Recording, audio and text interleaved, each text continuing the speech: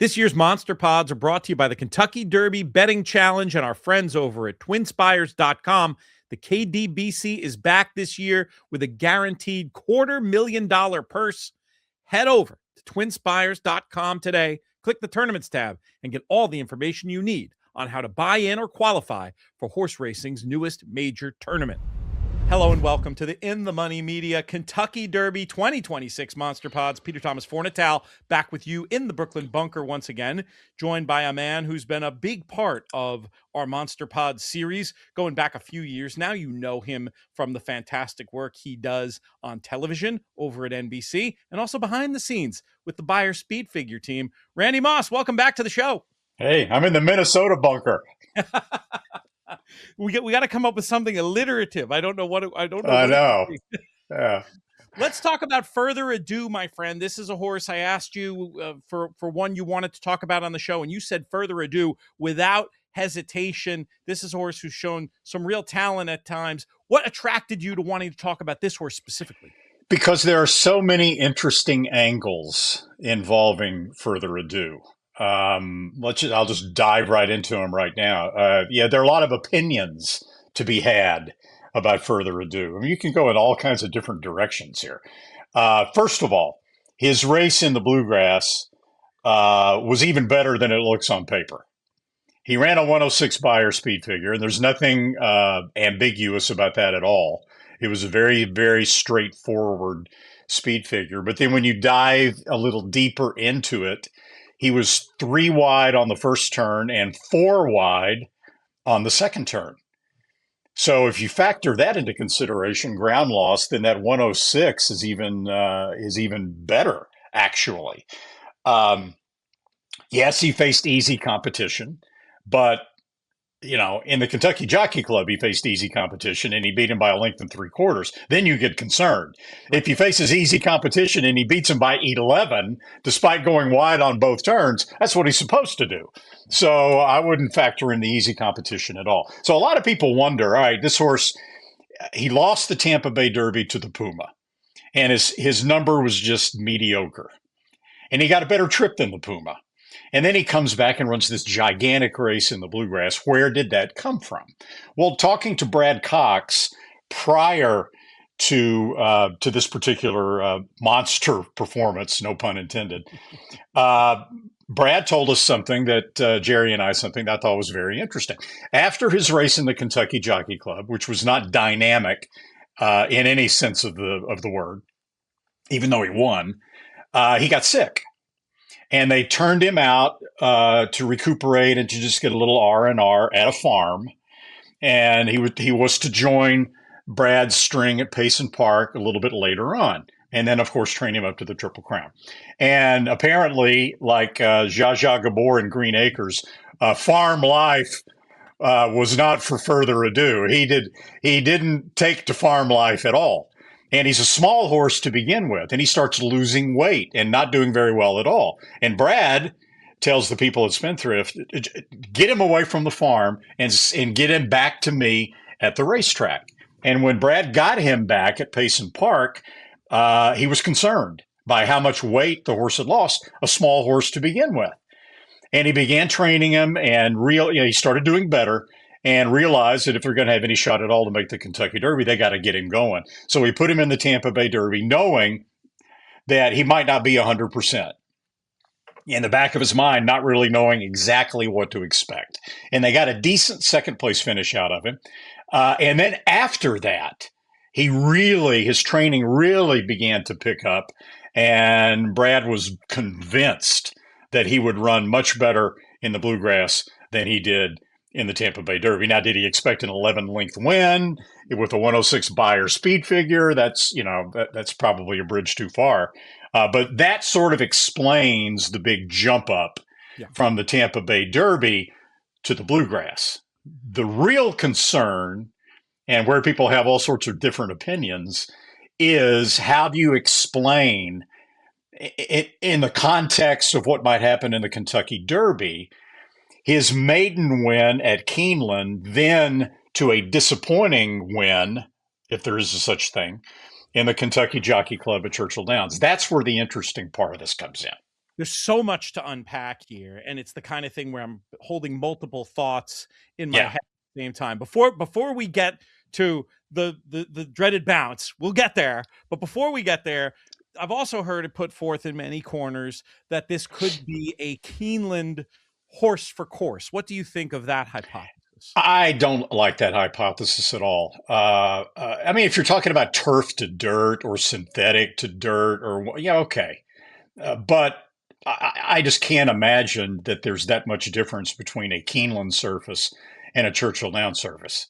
I mean, hell, it's sand, silt, and clay, and it's to me that kind of falls in the category of trainers saying, "Oh, he didn't like the track." Right, and it wasn't sloppy; it was fast.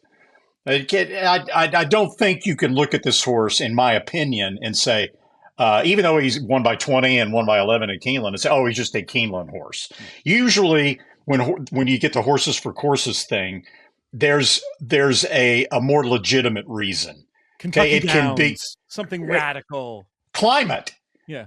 Some race meetings might be early in the year, and horses might thrive more in cooler weather. They might not handle heat as well in the summer, things like that. But usually, it's not just two dirt surfaces 45 minutes apart. The other seemingly Occam's razor analysis that I would take issue with is, he bounced in the Kentucky Jockey Club. Isn't he going to bounce in the Derby? And this is where the two thoughts in the head come in. From the narrative that you explained, that great information, which I haven't read anywhere else, by the way, about the illness and what happened subsequently, sure seems logical to me. Whatever ended up bothering him was already bothering him for the Kentucky Jockey Club. That wasn't necessarily a bounce. But then here's the tricky part. Some part of me says, okay, he came back a short horse. They think they have a Triple Crown horse. They're bringing him along quickly to get him to a peak effort on the first Saturday in May. Looking at it strictly through that lens, maybe he's supposed to improve again third start off the layoff. But then when you mention the specifics of his physicality and not being the biggest horse in the world, this is one where I don't think it's crazy, even though you and I have laughed at the overuse, the bounce concept. Yes, it's your way to put it. Yeah, but we can actually maybe worry about the bounce here. How concerned are you?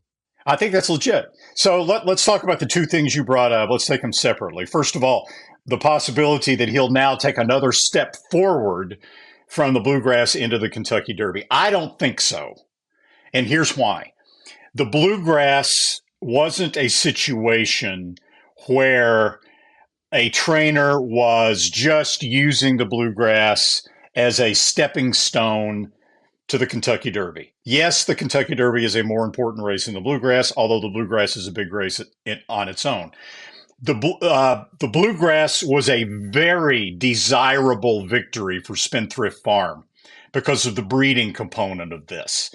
A son of Gunrunner winning a Grade 1 at Keeneland in Kentucky in front of all the Kentucky breeders. They really wanted to win the Bluegrass Stakes, and he was trained to win the Bluegrass Stakes. Okay? So he wasn't trained to just use that race and come in there, 85% and then really peak for the Kentucky. No. So to me, the best you can hope for is that he holds form in the Kentucky Derby, which probably would be good enough to win if he holds form. Now, what's the chances of him holding form? You mentioned the bounce theory. Okay. Typically, I agree. I think it's overused. You can't, I'm a numbers guy, you know that, but even I don't think you can just reduce horse performances to numbers alone. If a horse runs, let's say another horse runs a 106 Beyer speed figure, and he does it with a soft early lead, and then he comes back in his next race and he gets pressured, and instead of running a 106, he runs a 96. And some people who just look at numbers would say, oh, he reacted to the 106. No, you got to take other things into consideration. It's not just the number alone. So I do think that the bounce theory can be overplayed. But in this particular case, there may be some legitimacy to it. And to me, that's the biggest concern that I have about Further Ado coming back in the Kentucky Derby.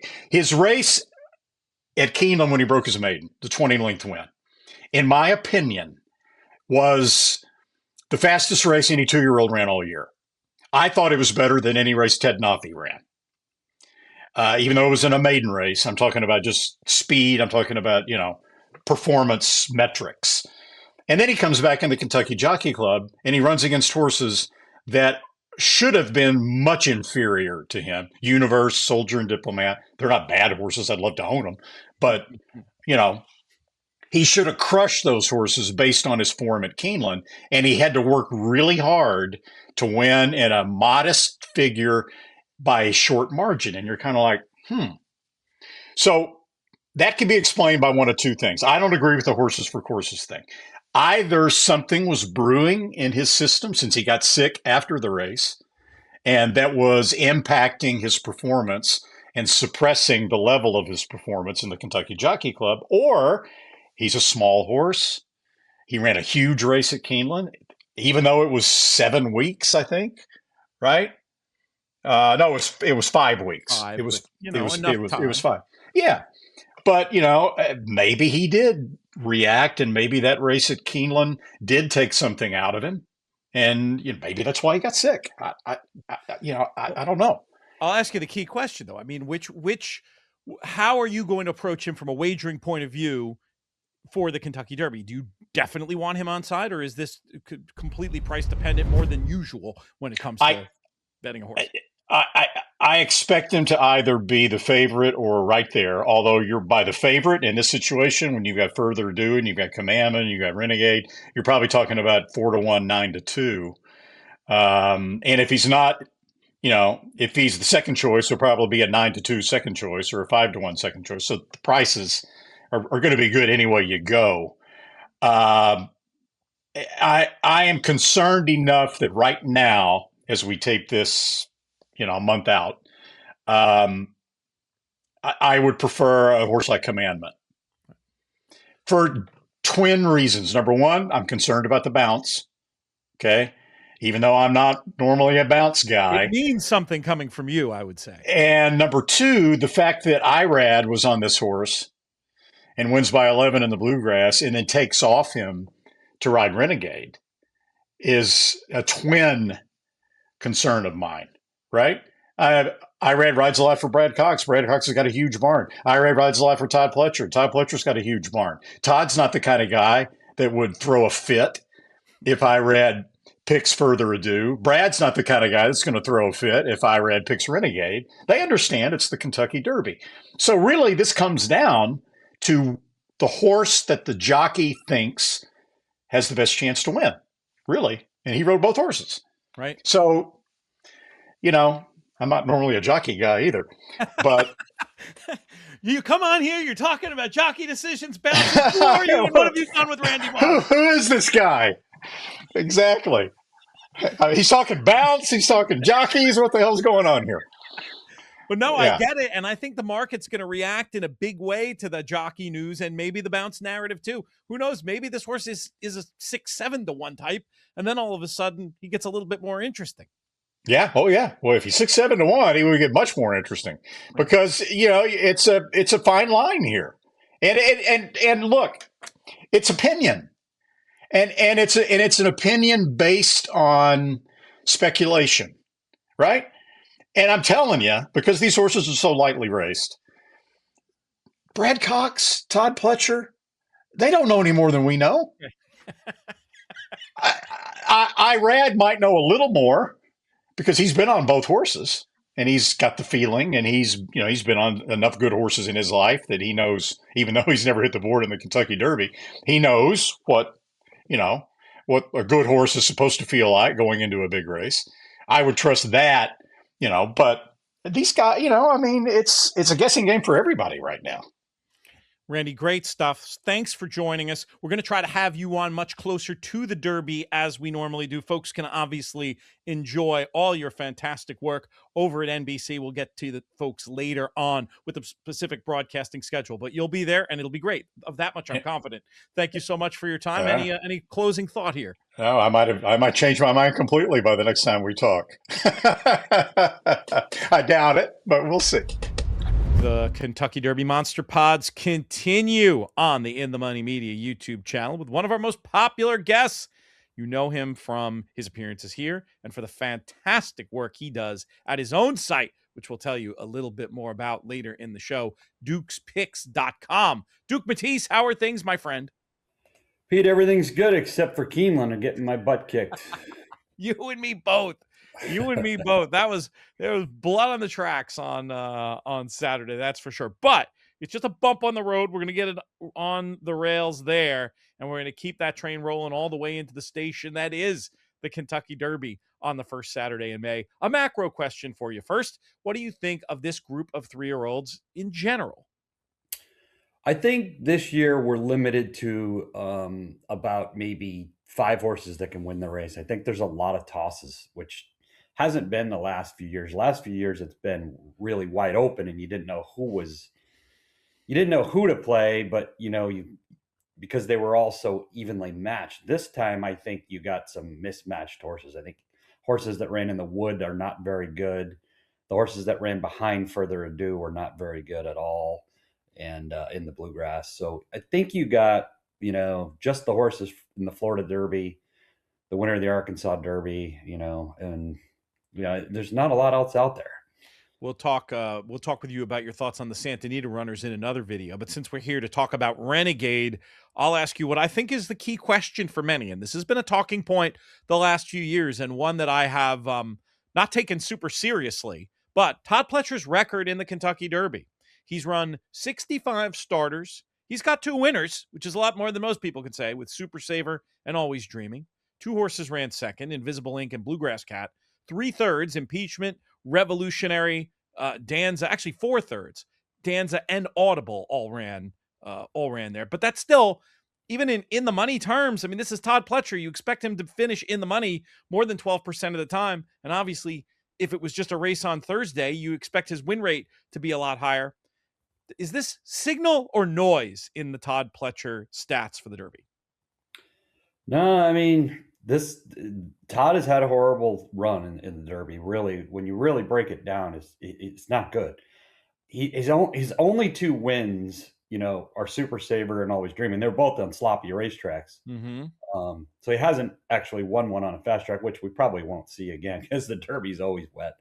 But he hasn't taken the route that he took this year. He's taking with Renegade. He went from Tampa to the Arkansas Derby. He hasn't really done that in a while, and he did do that with Super Saver.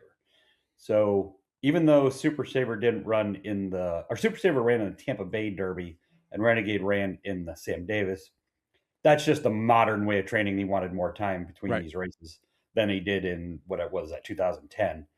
They just train differently now. So I think it's a very similar route. He had success with that. I think he likes the space that he's got between this horse's races, and this horse, I mean, really has an amazing turn of foot. So, with this one, it's 2 for 65, but this one, I think this one kind of upgrades a little bit. But, Danza was a horse that he won the Arkansas Derby with and ran 3rd in the Kentucky Derby. Actually ran a pretty good 3rd in 2014. I think that might have been behind the hat I'm wearing. I think that was behind California Chrome. Didn't plan that, but yeah. But anyway, that was a solid effort, and that horse did, win the Arkansas Derby. So maybe the Arkansas Derby is the way that Todd needs to go. Maybe it's why he did what he did with Renegade too. Maybe he planned it a little bit like that. It sounds like, while you're concerned about the stat, it's not something that's going to keep you off betting a horse like Renegade. But the other thing you have to consider, we've seen this happen just in the last week, he's really hardened at the top of the market as a solid 7-2 international favorite. No doubt the tipping point for that was the news of Urad Ortiz turning up here, which feels to me more like signal than politics, if you follow where I'm going with that statement. For you, who generally are not somebody who's making bets based on jockeys, except maybe in how they affect race design, how much does it mean to you that Irad lands here? Yeah, I wasn't totally surprised, but he did have to make a pretty big decision. I actually was asking people like what they thought of it, and why would he go that way? Like Pratt choosing Emerging Market over Commandment. I thought, is that really true? I mean, I don't even know if that's It is true, and sort of what I was implying with the way I said it about Erad. I do think politics are in play there. Can you imagine a certain trainer who might be punitive if you chose someone else's horse in the Derby? I don't know that happened, but It would not shock me. That's all I'm saying. Well, it's so strange because he's totally gone to Brad Cox, right? So Irad is gone, like, to ride First Call for Brad Cox. He's left New York to go, to him, and it's kind of strange because he could have ridden Further Ado, and Further Ado won the Bluegrass by a country mile and ran the highest figure of all the horses that are coming into the Derby. So I thought it was a little strange that he went with Pletcher over Cox, but he's got to think there's more upside with Renegade than he does with Further Ado, or he just thinks Further Ado loves Keeneland. Those are all tricky little things. Maybe he doesn't think Further Ado wants 1.25 miles, which I think I sort of agree with him. So there's a lot of little things there that are, tricky, but I don't generally go off, who jockeys pick and who jockey agents pick, because I'm not sure they're better handicappers than I am. At the end of the day, we're all just making our best guesses here, right? So let's talk about Renegade, the horse. When did he become on your radar as a possible Derby type of horse? I do remember he was well hyped ahead of that debut run. Remember that maiden race that It's Our Time won, that at the time we were all told, this is one of Todd's best. This is one of Chad's best. There was all that kind of buzz about that race that didn't really work out that way exactly. But subsequently, Renegade's done a lot for the form. When did he really come on your radar as a Derby possible? Well, I watched that race at Saratoga this morning to try to, see what happened in there. He was down on the rail and he was actually close to the pace. He was a lot closer than I thought. I didn't realize he was only about a length or two from the leaders, but he was right on the rail. I believe that day the rail was not very good at Saratoga. If you remember, It's Our Time was in about the 3-4 pass stalking and drew off in the middle of the racetrack, and Renegade was stuck down on the rail.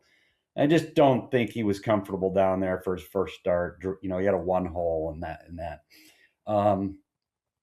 Then he ran, in a maiden special weight against Paladin and ran, he won, but he got DQ'd.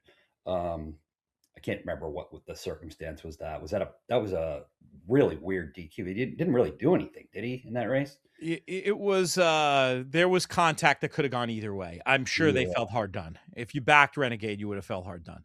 Yeah, I didn't understand that DQ. That's for another story. But then he ran right back in the Remsen, and he moved early. He moved early against Paladin, and Paladin sat and ran by him. So again, I thought he ran a really good race to battle back in there. So when he came back in the Sam Davis, I did expect good things, and he was working like unbelievable if you watch workouts. His workmate is Courting, who Courting's had some tough luck. I mean, I know he costs like $4 million, but Courting is he's going to be a nice horse. And he should be, obviously. But that's his workmate. And Renegade outworks him almost all the time. So when you watch those workouts and you thought good things about Courting, you really thought Renegade was solid. But I didn't think he was as good as he was, because he got no pace in the Sam Davis and still won very easily, earning, like a 96 buyer for his first race as a 3-year-old. That really made me think, okay, well, he's something, And then, the Arkansas Derby, he got in trouble early in the race. If you watch the Arkansas Derby, he got shuffled back to last and made this ridiculously wide move in the middle of the track. And there really wasn't a lot of pace in that race. I mean, it wasn't slow, but it just wasn't like fast, like he got a setup or anything. Right. He did not get a setup. So I'm not surprised Irad took him. I think they got the right spaces, like I said, in between for the modern training thing for the, coming the 5 weeks into the Derby. And he just looks like the horse to beat. Now, I don't know about 7-2. 7-2 is way too short in the Derby for a horse like this, especially for a guy that has a 2 for 65 record. And he's blown up horses like Fierceness in the Derby. Overanalyzed comes to mind. there's Tapatrice, Mo Donegal, horses like that I thought should have won the Derby that didn't run very well at all. That's very disconcerting. When you talk about turn of foot, one of the things you do over at dukespicks.com, it's not just a pick site. There are picks, but there's this educational aspect as well. And when you talk about turn of foot, how's that something that you assess? I mean, you can kind of see it in Renegade's running lines just from, you see a horse that goes from 7th to 3rd in a call, goes from 6th to 1st in a call. You can sort of infer that there's turn of foot there, but I have a feeling you're looking at something more sophisticated. For somebody looking to identify what turn of foot looks like, especially in a dirt horse, we hear that on the turf all the time, hear it less on the dirt. What would you tell people to have a look at? It's difficult unless you do pace speed figures. So our site makes it a lot easier because we calculate pace figures every quarter mile. So when I look at Renegade, I love what I call his it's his upline. Like we call it like an upline. He goes from around a 0 to the quarter to around 20 or 30 for the half to around 60 for 6 furlongs to around 90 for a mile. But he then hits higher numbers from the mile on. Mm-hmm. He goes 90 to 102, that's a turn of foot, right? Because he's sustaining his run every 2 furlongs. He's getting faster. That's hard to do.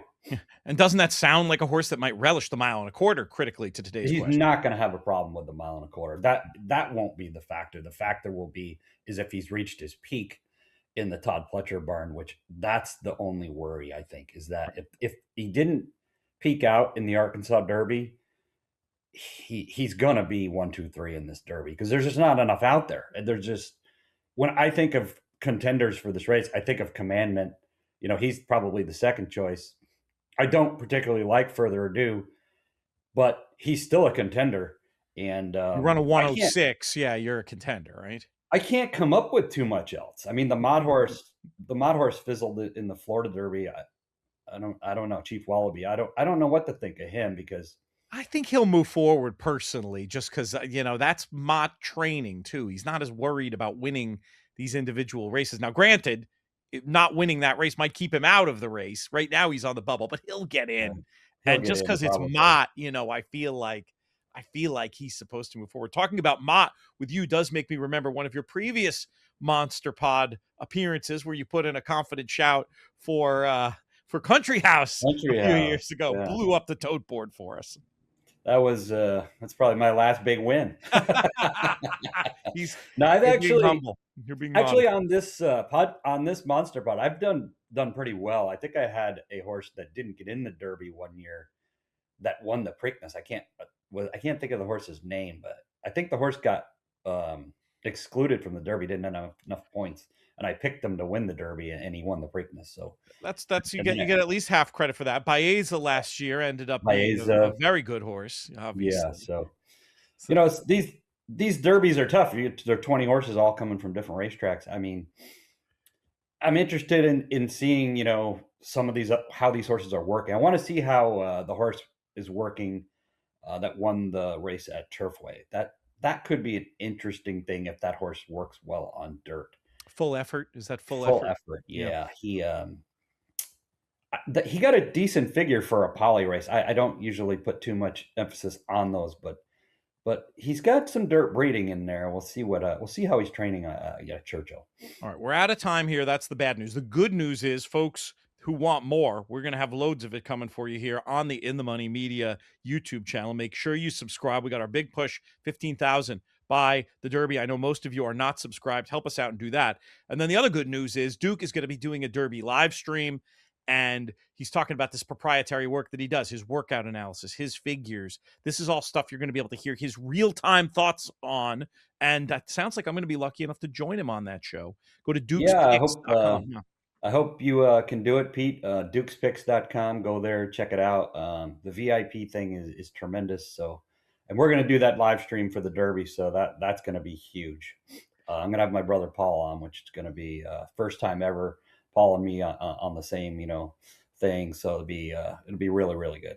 That's going to be very, very fun. Use ITM10 as a discount code. That'll help you out over there. We encourage you to check it out for sure. And we encourage you also put in an extra plug for our friends over at twinspires.com and the Kentucky Derby Betting Challenge, horse racing's latest major. See what they have going for you over at twinspires.com. Busy week for you this week, Brad? Yeah, busy few weeks. I guess it's a good problem to have. Yeah, no, for sure. I mean, obviously, we try to put ourselves in this position with having Oaks and Derby horses, and I feel like we've got a good hand and the Oaks and the Derby, and yeah, it's exciting. I mean, trainer side of it. I mean, there's a lot that goes into just the daily preparation of the horse and trying to make sure everything's right for them and they're staying happy and healthy and moving well, and that's probably the biggest thing is just when they're doing well, you'd like for the race to hurry up and get here, and I feel like that's where we are right now. All right, so we'll talk about the horses that are likely to be at the top of the market with Commandment and further ado in a second. We'll start with Fulleffort. This is a move that you did pretty well last year with Final Gambit, a horse that ran on the synthetic and then comes back and runs well in the Derby. How would you compare the two? Would you compare the two? What are you expecting from Fulleffort? I think they're very comparable. I think Fulleffort's as a little ran a few more times. Obviously, they both started on the turf. They transferred over to the synthetic, but obviously, he was second in those two prep races for the Ruby. Prior to the Ruby, where full Final Gambit had just went from breaking his maiden straight into the Ruby. So he's a more accomplished horse than Final Gambit, and he's trained really well here. I do remember last year leading up to the Derby. I felt like he was going to give us a big thrill in the Derby. He did. They straightened up, and I thought he's got a shot to get a piece of this. He ended up fourth. It was a good run against some very good 3-0s. The top three were really good horses, and this colt's done nothing wrong since transferring back to the dirt here at Churchill. Commandment, who I've kind of felt has been and Renegade too, I would say, but Commandment and Renegade to me have been the two that have been the most like there's not really any questions, right? Like if Commandment shows up and runs his race, the 3 races he's shown us in his last 3, that and he gets a clean trip, he's going to be right there when they start taking pictures and stuff. How would you explain the consistency that you've gotten from this horse? It just kind of shows up and runs well no matter what the circumstances are. Yeah, that's right. I mean, he's just super consistent. He always shows up. He doesn't need a certain trip. He's come up the inside. He's split horses. He's come around.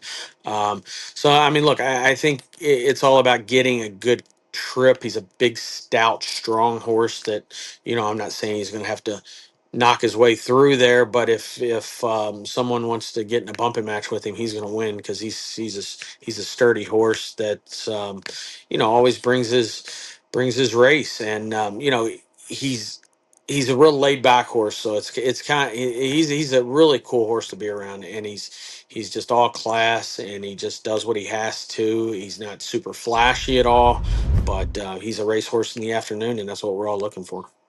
You talk about that kind of the classiness and the laid back.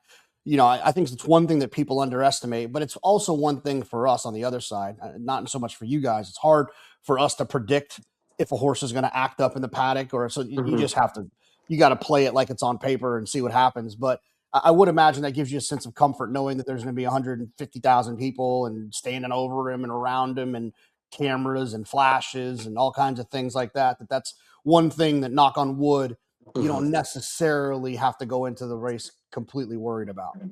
No, and he's an interesting horse because I know all 3 runs at Gulfstream when he walked over, he was like he'd get on his toes and he kind of blow up, and it's like, man, normally I don't like to see that, but then all of a sudden when you go to start tacking him up, it's almost like he just completely just takes it all in and all, just chills out, and then it's just like he gets his game face on, and he's just he's different, and I can tell you he's different in a good way, and I think that's what a lot of really special horses are. They obviously show different things in a good way.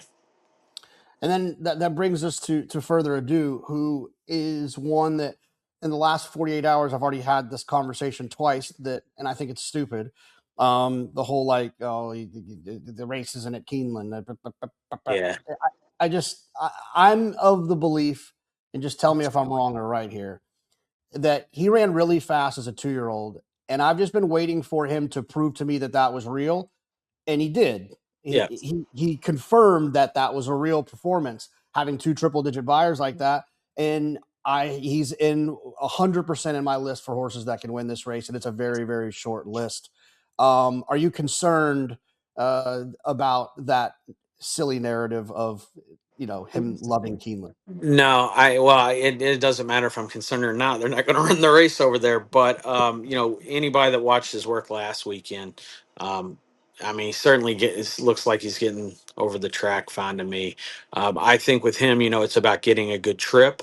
When he did win at Keeneland, last fall's a 2-year-old, he sat behind one horse that was kind of making the pace. He didn't get in any traffic trouble or anything. And kind of a similar trip there in the Bluegrass. So I think it is important that we get a trip. I wouldn't mind drawing outside. If we draw inside, we're going to go on with it, obviously. But, if he gets a good, clean trip and a good run, I think there's, pace figures, speed figures, whatever you use. I think he's the fastest horse in the race to date. And, if he comes back to these figures and he gets a good trip, I think he's going to be a very hard horse if he can turn for home and be right there, he's going to be a hard horse to run down.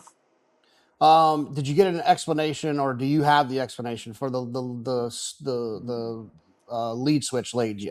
I don't usually care about that, especially when they're 10 clear. Yeah. You probably got a little goofy, but I read come back. He said he was just kind of looking at the first finish line. He just was kind of looking at it, and then also I think a little bit may have had to do with the tire tracks as well. That's where they actually broke from. So that was what, and he actually did that in the Jockey Club here. Like 2 jumps before the wire at Churchill, he did that. So I don't know. I was looking for it the other morning when he breezed, and he was obviously well in hand and cruising along and didn't do anything before the wire. Brad, we'll be rooting for you. I think you got a couple of super live ones, and we'll get you across that wire first this year. How about that? Sounds good. Thanks, Jonathan. I appreciate it.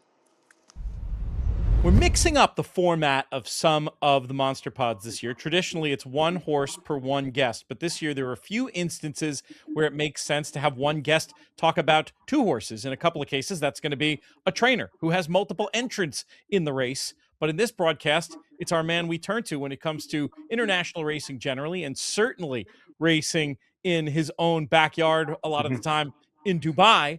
Michael Adolphson, welcome to the Monster Pod. How are you, my friend? I'm always happy to be here on the Monster Pad and hopefully give out good advice. The World Cup wasn't my best advice, but I can fall back on the fact that the Breeders' Cup was very good to me and the Saudi Cup were very good to me. So we can just hope for the best. But with situations like this, we're just looking at exciting horses coming from my side of the world, and I've had a first person point of view with them. Well, let's start with Wonder Dean. The Japanese-bred Japanese have had such a good record in the UAE Derby recently. This one, I guess my first question for you is, they're deciding to go the UAE route to the Derby rather than the Japanese route to the Derby. Is that a positive, a negative, or indifferent?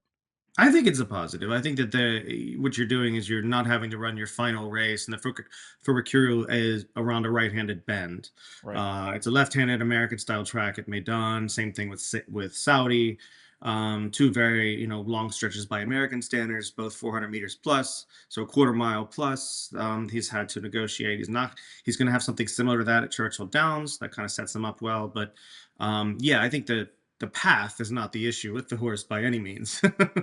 I was just curious. That's a perfect point about the left-handed versus right-handed, not to mention the gobs of cash. Not that the purse money is bad back home in Japan for a runner like Wonder Dean. How good is this horse? He looked to be showing some stamina late on. He seems to be improving. There's an I can see it if I sprint case for him to be on the board, but you're really good, especially when it comes to trying to figure out where these international runners, especially ones like these that at the moment anyway, we don't have any figures. Well, we have figures. We have time form figures, but we don't have US style speed figures for. How's he going to stack up? Well, I think no, Ragsy ran a 10 3/4, which isn't quite fast enough to figure. I think you're going to need to be in a 5, 6, 7 area to be in the top 4 or 5 in this race, and that's kind of what it was last year and the year before and the year before that. It's kind of where these 3-year-olds are stacking up nowadays. Long gone are the days when they're running 1s, 2s, and 3s, but we'll get there one day. No, this is a horse that I think he's moving forward in a way that could put him in the first half of this race at the end of it. What I worry about him is that he's not. He had to be pushed out the gate the other day to kind of get into contention, and he was beautifully ridden by Christian DeMuro. Like really got into a nice spot, and just was the only horse within reach of Six Speed. Who, you know, if Six Speed hadn't had that 9-week break, I think he would have fairly easily won that race. You know, he had those 4 races really tightly packed and then had 9 weeks off out of a mile race and had to jump up to a mile and 3/16. So take that as you will. Some people have stamina questions about him. We'll get to him later. But, you know, for me, from an objective point of view, the horse to take out of the race is the horse that finished second. On the other hand, Wonder Dean, he moved forward. He ran a good race in Saudi. He looked like a winner on the outside, moving with the eventual winner. And then kind of just didn't really, he kind of petered out at the end. So really, either they were using that race, that really deep surface mile race to toughen him up and fitting him up for the UA Derby, which obviously worked very well. But what does he do out of that race? Does he move forward another 2 or 3 points to put himself, as far as like rags go, in order to put him into contention as a serious player? I have my doubts. He's more of a, if we were back to the traditional 1.5 Belmont, which we will be next year, he would be the perfect horse to take there. He's got all that deep impact blood in there. He's got that he's got stamina influences out the wazoo, you know, and a little bit of speed, to put him into like contention. So, and you need that in a Belmont type race. And I wouldn't be afraid to take him to the 1.25 Belmont. But you know, the Derby's a whole different animal. He's going to have to really break better and really get into more contention, use that stamina and make it a staying game, make that move mid-race like he did in the UAE Derby, you know, from the 800, so from the half-mile pole home, chasing home Six Speed. So can he do that with 19 other horses around him? I don't think so, but Not going to be easy. He's welcome to prove me wrong. My gut says a flat no. But you know, they're good connections, solid pedigree, good horse. I think Christian's got the call back. I haven't heard yet. I haven't heard either. That was on my list of questions, but yeah, I can text him now. See, maybe he'll answer. We can have some breaking news here on the show. One point of clarification, because there's a lot of new people around here, Michael, because it is Derby time. The rag figures, when we're citing those, lower is better there, unlike most of the other figures we talk about, whether it's Timeform International, Timeform US, DRF. So just wanted to make that a proper progression is what you need to go into the Derby. You look at a horse like last year, Sovereignty literally ran a tick lower each time he ran, and still has.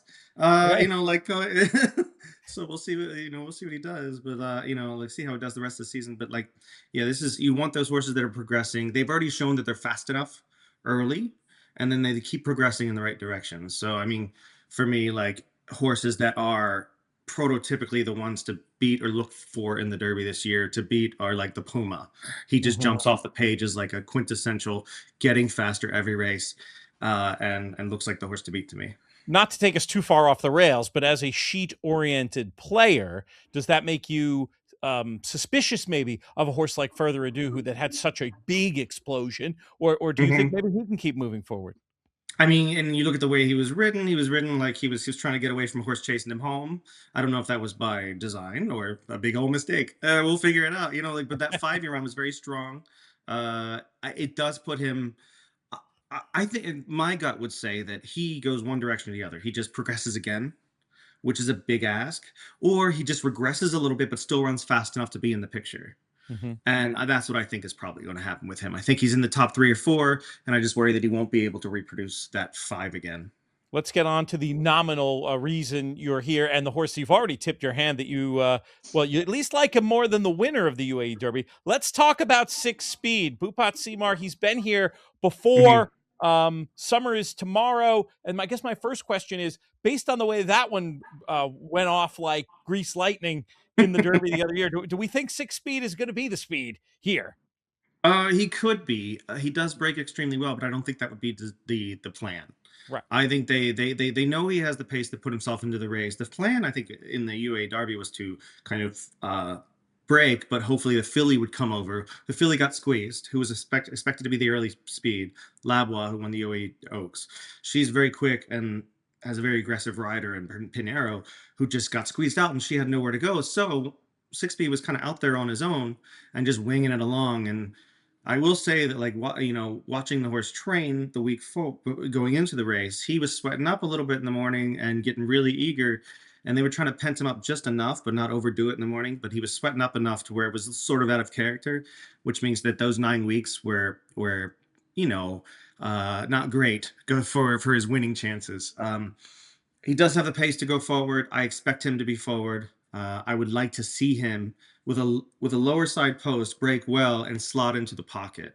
And that's his best chance because he is a very smart horse. He's a Not This Time. I think about a Bernardini mare. He's got plenty of dirt and stamina in there. Sorry, Medaglia d'Oro mare. He's got plenty of dirt and stamina in there. And Great he's just pedigree. gone through. Yeah, I mean, he's beautifully made. They sold him. I think he originally went for a bargain, 50 grand to the O'Toole family, who are always just really sharp bloodstock people, and then went to Arcana, and Bupat picked him out for about 300,000. And then I believe, don't quote me on this one, but I know that he was privately sold for at least 1.5 million.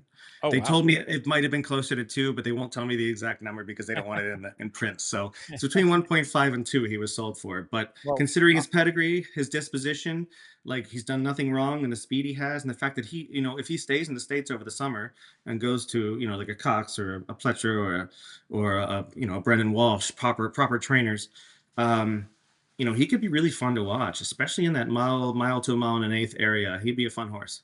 Well, I want to ask you, we'll come back for the final question of exactly where you think he's going to fit and end up in terms of this Derby field. But the longtime viewers of In the Money, not the folks who are just here for Derby, and we love you too. I'm not knocking you, but the longtime folks are going to know the names: Reagan Swinbank, Black Type Thoroughbreds, who bought in along with our Brunetti Dugan Stables friends, and Steve Atkinson. That's another name in here on the ownership group as well. But Reagan and Jake and Matty from Black Type have had unbelievable success with both horses at the sales and private purchases. So that's not a bad thing, winning races at Royal Ascot and places like that. I stood up and took notice seeing that name in the ownership group. So give me the prognosis on this one for the Derby specifically. Classy horse, able to finish in the first half of the field. If he doesn't get wrapped up, doesn't get too keen, and he has a proper rider on him who can take a hold of him. Rider is yet to be established. Ownership is up. Bupat's staying out of it, he says. He's saying it's up to the owners.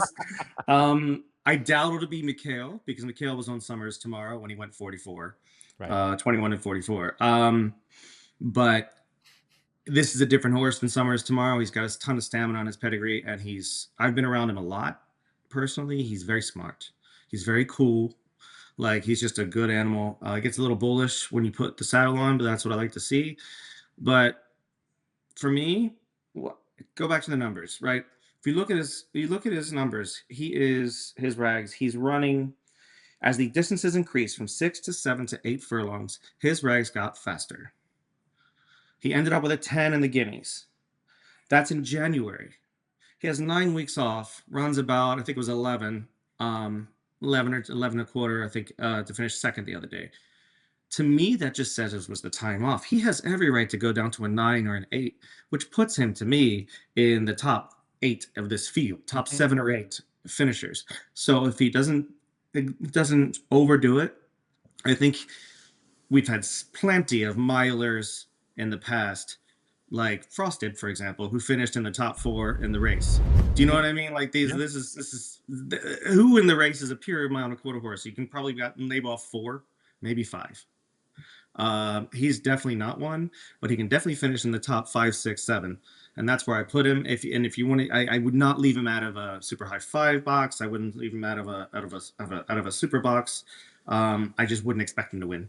Right. If they expect to win would be a lot, but if you're good enough to be where you're saying, we've seen circumstances in different derbies mean that you could get even higher if if all the tumblers of the cosmic locks fall into place. But it's so great to have you here with these horses you've seen in the flesh. Nobody's got the knowledge of the international form book like you do that we get to talk to on a regular basis. So really appreciate you, my friend, and look forward to seeing you in the bluegrass.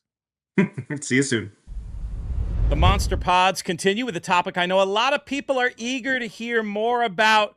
One of the Japanese contenders, probably the top Japanese contender for this year's Derby, is Danon Bourbon. And here to talk about him is our friend, Alex Henry. Alex, how are things? Hey, Pete. I'm doing well. Hello from Lisbon, Portugal. It's beautiful here. You're doing nothing to diminish your reputation as an international traveler, in addition to being a big international traveler, also a huge fan of international racing and somebody who lives, breathes, eats, and sleeps Japanese racing. I know you want there to be a Japanese winner in this Kentucky Derby sooner rather than later. Could it be as soon as this year with Danon Bourbon? We'll start with the big question. Well, the big question is, the question we're all asking, is he good enough to compete with our American speed, with the rigors of traveling to Churchill Downs, and of course the fierce competition he's going to face? I hope so. Of course, as usual, I'm an eternal optimist when it comes to our Japanese friends coming over to give it a try. But I will say, he, after his prep, I know we're going to talk extensively about that. He was sent to Northern Farm to just graze and be a horse for 2 weeks before heading to the Narita airport on April 15th. He's scheduled to clear quarantine and fly over by the 21st, so we should see him in a couple days. So I kind of want to see him on track. That's fair, and we're going to have more coverage. You don't have to give your final answer on the horse now. Is that atypical? I mean, that was a huge effort in terms of being a track record. I know in a minute we'll talk a little bit more about the figures, but is that normal that you'd get time at the farm after such a big effort, even though there was a clear target coming up as soon as the Derby is? I would say it is normal enough. It's definitely not the reddest of red flags, but he's definitely not being trained like the powerhouse that is a Forever Young, for example, who just went from race to race from Saudi to UAE to Derby in that sequence in 2023 or 2024 rather. So it could just be him. It looks like I went back and checked out his training records. So after he won the allowance race, the race before the Fukuryu Stakes, the Derby prep, he also did the same thing. It looks like he went to the farm, or at least had a big gap in works for about 2 to 3 weeks. So it could just be him, letting him just be happy and be a horse. I'm all for that. So whatever keeps him happy. It's an established pattern that's been successful for him, so you can't crab it in that regard. Talking of the Fukuryu Stakes, I'm very curious to get your take. We have had 2 horses. We were talking about this a little bit off air in 24 and 25 who made their final preps in this race before coming to the Kentucky Derby. One thing that I think is fascinating about it, we talked about this a little bit in the UAE Derby video we did with Michael Adolphson as part of the Monster Pod series. It's a right-handed prep as opposed to left-handed. We know it can be done, obviously. You can go from one to the other. But how does it affect your handicapping? Does it give you any concern when a horse doesn't have left-handed dirt form? It's always, again, the question mark. It's like if a horse is running off Lasix for the first time in stakes company after having it, right? So it's definitely something to think about, but we're thinking about a lot of factors with these horses. These are young horses. I'm going to say the same thing everyone else says, but one thing maybe people won't say is his breeding is all for left-handed, right? He's a Maxfield. Kentucky bred. Yeah. He's Kentucky bred. He's USA through and through, left-handed dirt, even like route of distance. Maxfield winner of the Clark, Stephen Foster at 9 furlongs. So he's also bred to love Churchill. Maxfield had several wins at Churchill Downs. So I'm really not concerned for him. I want to see him over the track. If it looks like he's struggling to change leads and keeping that professionalism that he's displayed in Japan over the right-handed surface, then maybe I'll question. But at this point, I'm not worried. I'll put in a plug for our In the Money Plus package because we're going to have our man Chris Couples doing workout analysis.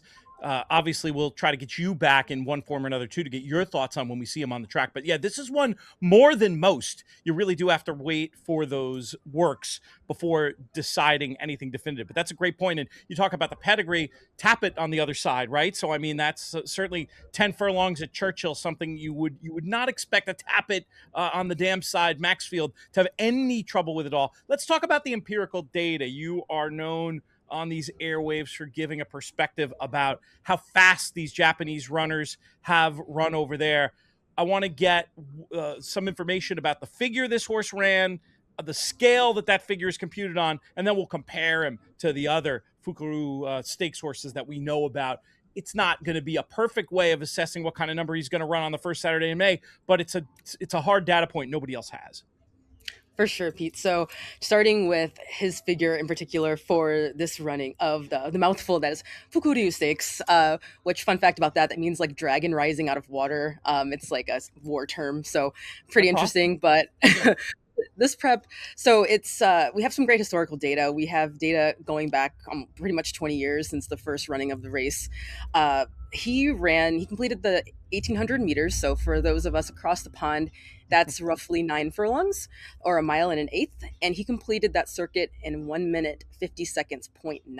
So that's absolute racehorse time for this distance track and for this race.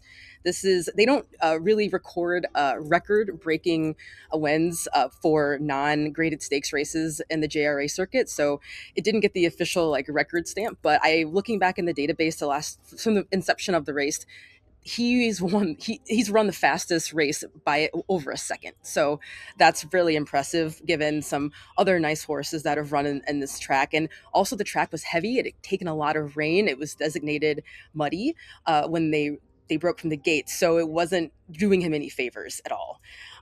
A couple other things I want to mention. So that figure he got, in the Money Media, we have our proprietary calculation for converting Netkeiba speed figures, which is a premium paid feature from the netkeiba.com website, Japanese website, where I'm getting my information from. So we convert it to the buyer scale roughly. And his figure looks about like a 97 on that conversion scale. So it's a 105 on the Netkeiba time scale, which is, so you see a little red box around it, which means indeed that was racehorse time. Track gave him absolutely no favors and was not really favoring speed that day. And he ran his last 3 furlongs in 37.3 seconds. So that was super impressive.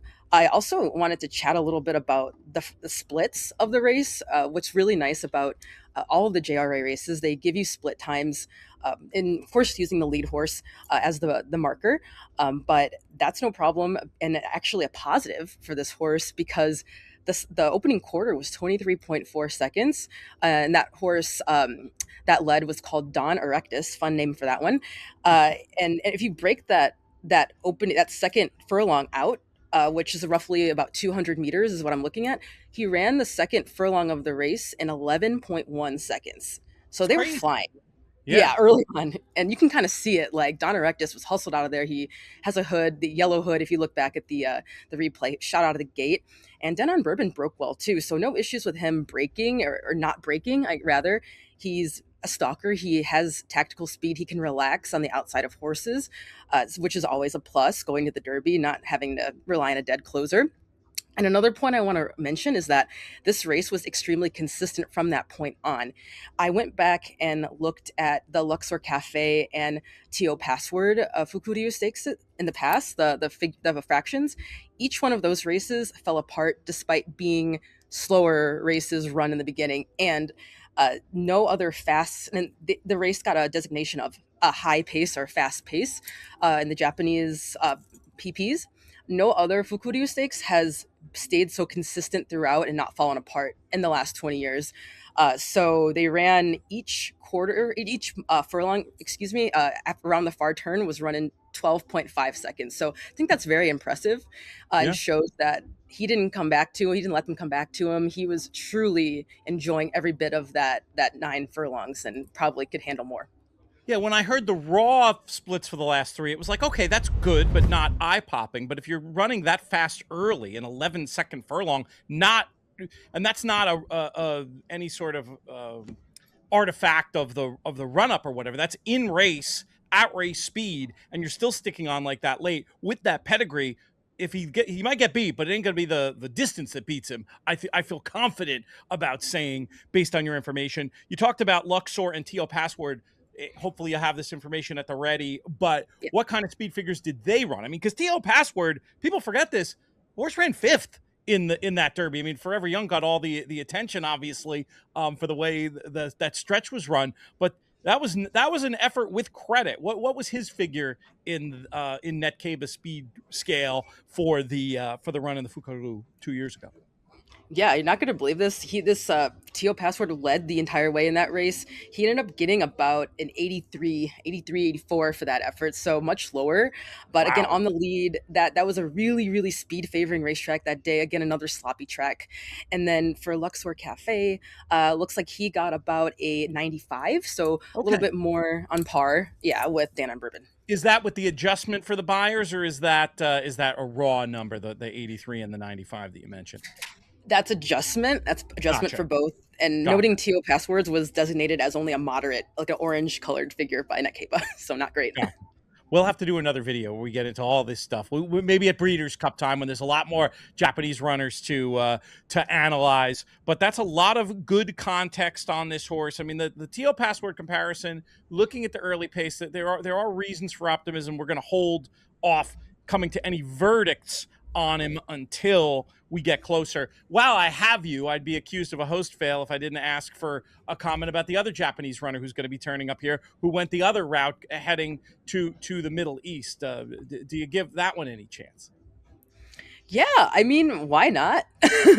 I think that it's going to be really exciting to see now that the Japanese are much more confident, exactly how now they know how to train, I guess. And so even Dan on Bourbon's trainer is a first timer in the Kentucky Derby, but I think that the Japanese are all, the spirit is collaborative, and even working for a Japanese company myself, I see it in my day-to-day work. But I think they're sharing tips and tricks, and I think that you really can't cut out any Japanese horse coming ever again. And I think we saw that back when Marsh Lorraine blew up the Breeders' Cup several years ago. We can't leave him out. So really excited to see exactly how it plays out. And I'm on both Japanese for sure. Let's get it done. Wonder Dean, that's the name of the other the other horse, right? Yeah, Wonder Dean. That's exactly Wonder right. Dean is the other one. Obviously, Danon Bourbon, the subject of this video. And Alex, really appreciate you coming on here. We're going to have more about this horse and all the Derby contenders. Make sure you subscribe to the In the Money Media YouTube channel. Leave us a comment down below. Could this be the year that Japan gets the job done? Alex, we'll check in with you before too long. Let's go. Thanks, Pete. PTF and Marshall Graham back with you as the Monster Pod continues. And it continues with a horse named Chief Wallaby. He has been on the bubble. Sure sounds like he's going to be getting in this year's race. And there's been a bunch of news about him lately. We're going to ask Marshall all about that. But I'll start at the very top level. Is this horse a key contender in this year's Derby? Oh, I think he can absolutely win. I think he's one of the probably 5 main contenders that I've mapped out as having a chance to win. I think the 3 horses from the Florida Derby, Commandment, the Puma, and Chief Wallaby, as well as Renegade and Further Ado, I think personally are the 5 fastest horses coming in the 5 major contenders. And so for sure. Now, is he going to offer value? That's a different question. How does he compare relative to the Florida Derby? That's also a debatable question. But he's certainly a horse that can win this race, one of the major contenders. And I'm kind of honored that you've given me such a major player, right? As opposed to a horse that, as opposed to in the past an Arkansas Derby course that might run up the track. So I feel honored. Well, there you go. There you go. I wanted to give you somebody interesting to talk about this year. And I certainly think, if nothing else, Chief Wallaby is that. I mean, this horse exploded on the scene for me with that maiden win. And we know Bill Mott is somebody, how am I going to say this? He's looking for excuses not to rush his horses. I think that's fair to say. And I think he'd agree with that. Yes. He felt, I think, like this horse has taken him to this point because he would have had no problem backing off. there was that big effort in the Fountain of Youth. Let's talk about the Florida Derby. On its face, for a horse bet as hard as he was, who, while it was interesting. He was certainly staying on late, sticking on there, but he wasn't finishing the way the winner did. Is that disqualifying to you at all? How hard is it for you to conjure a reason that he could reverse form with Commandment after being bested by that? Well, I mean, look, these are developing horses. He's a lightly raced horse. You trust in Bill Mott. You trust that he's doing the right thing here. And we'll talk about the blinkers situation, but even that doesn't worry me because it's coming from Mott. I will say that I went and I watched the replays of his 3 races more closely, and in each of them he had better trips than I remembered. I remembered his Fountain of Youth coming out of it. I thought he had a much tougher trip than Commandment. And while he did go wider, I don't know if he was winning that race and getting by that horse, even with a better trip.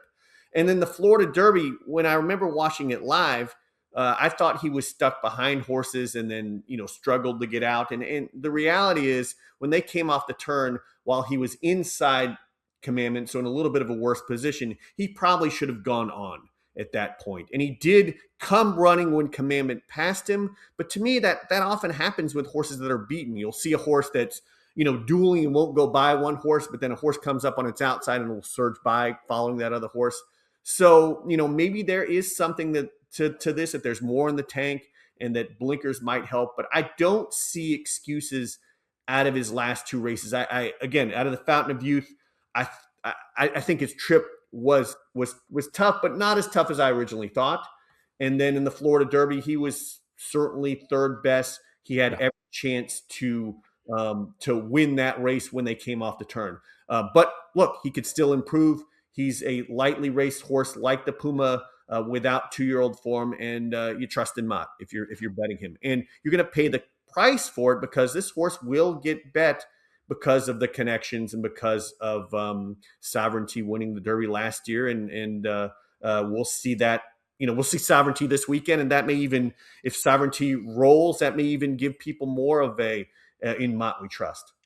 It's never easy to predict what the Derby narratives are going to be. Mott back, having won the race twice. You could put the one in quotation marks if you want, but having won the race twice, being the trainer of the current, I get that. But I could also see other narratives developing, especially with this big 4, big 5 at the top of the market, like you mentioned. One of those horses that I could see narrative developing around is Commandment. And I want to tell you a story. Here's a little hypothesis that hadn't occurred to me before we started recording this video. So at the end of the Fountain of Youth, I even said out loud, well, I don't think Commandment will be beating Chief Wallaby again. But as I rewatched that tape and watched what was happening late, the reason I said that was my original read was the Commandment was getting tired late, and that's why he was drifting out. And then you keep watching that tape past the wire when Irad Ortiz asks him to re-engage, and then he galloped out so strongly, came to the conclusion ultimately that Commandment wasn't getting tired at the end of that race. He was just green. And then we saw the next day what he could do with a little bit of maturity and training to work on those quirks. What if Bill Mott's adding the blinkers? What if Wallaby looking a little flat late on in the last race in the Florida Derby was a sign of being green? I mean, for Bill Mott to add blinkers in a spot like this, it suggests that he's not doing that willy-nilly. He's doing that because he thinks it could bring the horse forward, and he is so lightly raced. What if he now takes a commensurate leap forward to what we saw from Commandment last time? I think that's your best case at this stage of saying Wallaby could reverse that form, or it's the Derby, there's 20 horses, trips, dynamics, things can get turned on their head, obviously. But are you buying that theory at all? Yeah, I think that has to be the theory. I will say that the one thing that separates these Florida Derby horses, all 3 of them, Commandment, the Puma, and Chief Wallaby, is they've really all taken punches, right? And so we don't have a lot of horses. I mean, we do have plenty of horses that have taken punches in this field, but of the other major contenders, they've not really, taken punches like Commandment, the Puma, and Chief Wallaby, and had adversity and faced adversity and had to run through adversity.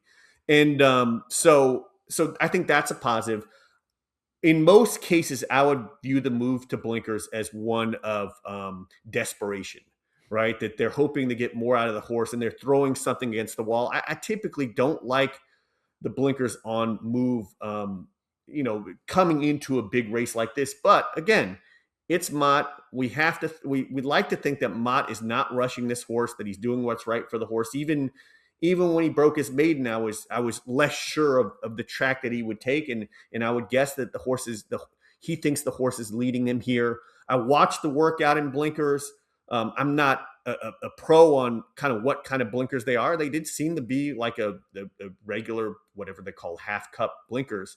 And he looked good in his workout, but he looked good in his workouts before. He worked out with Batten Down, who's going to run in the Ben Ali, and outworked him by a length. But his previous works, he'd outworked his workmates.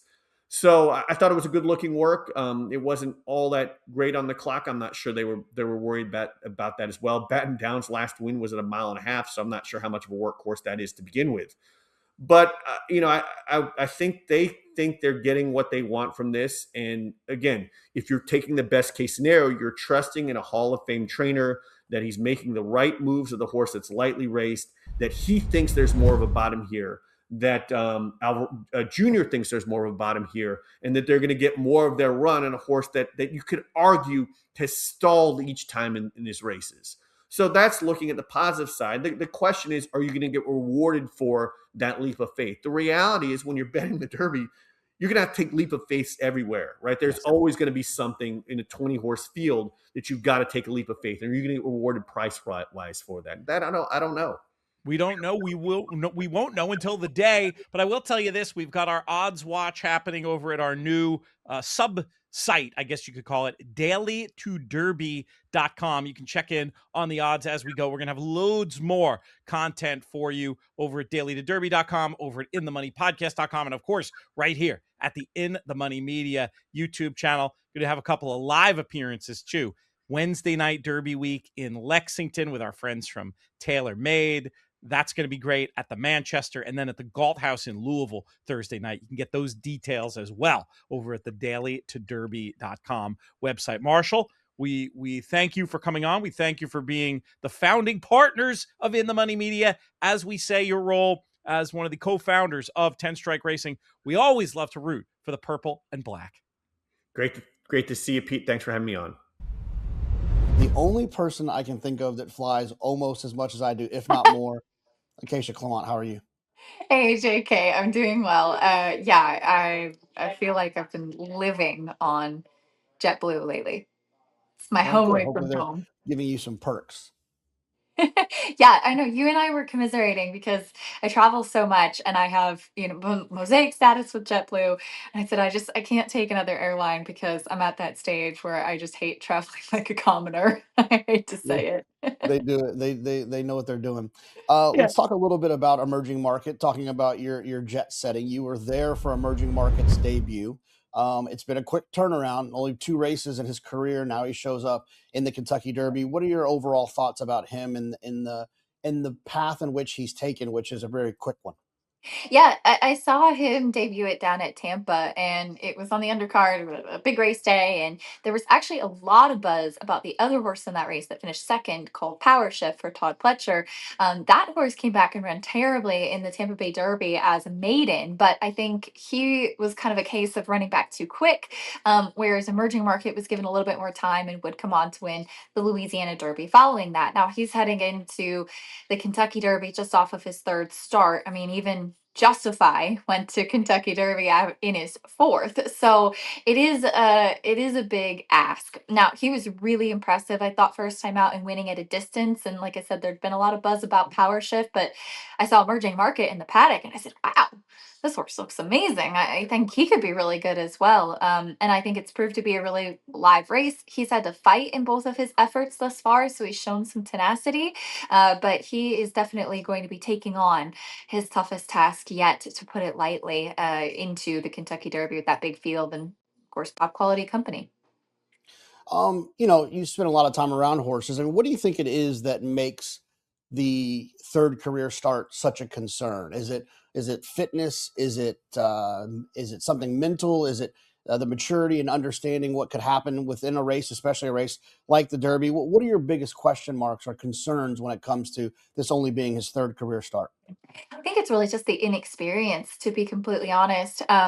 He has shown that he's able to overcome adversity, but it does make you kind of wonder too with the Chad Brown group of 3-year-olds this year. He's really the only one heading into the Kentucky Derby now, with Iron Honor waiting for the Preakness, and then Canaletto and the best of the group in Paladin being sidelined. So you do see a strong chance with emerging market. He's earned his way there, but I can't help but wonder if he had, especially Paladin going, if it might be a little bit more enticing to wait for a race like the Preakness, give a little bit more time for emerging market.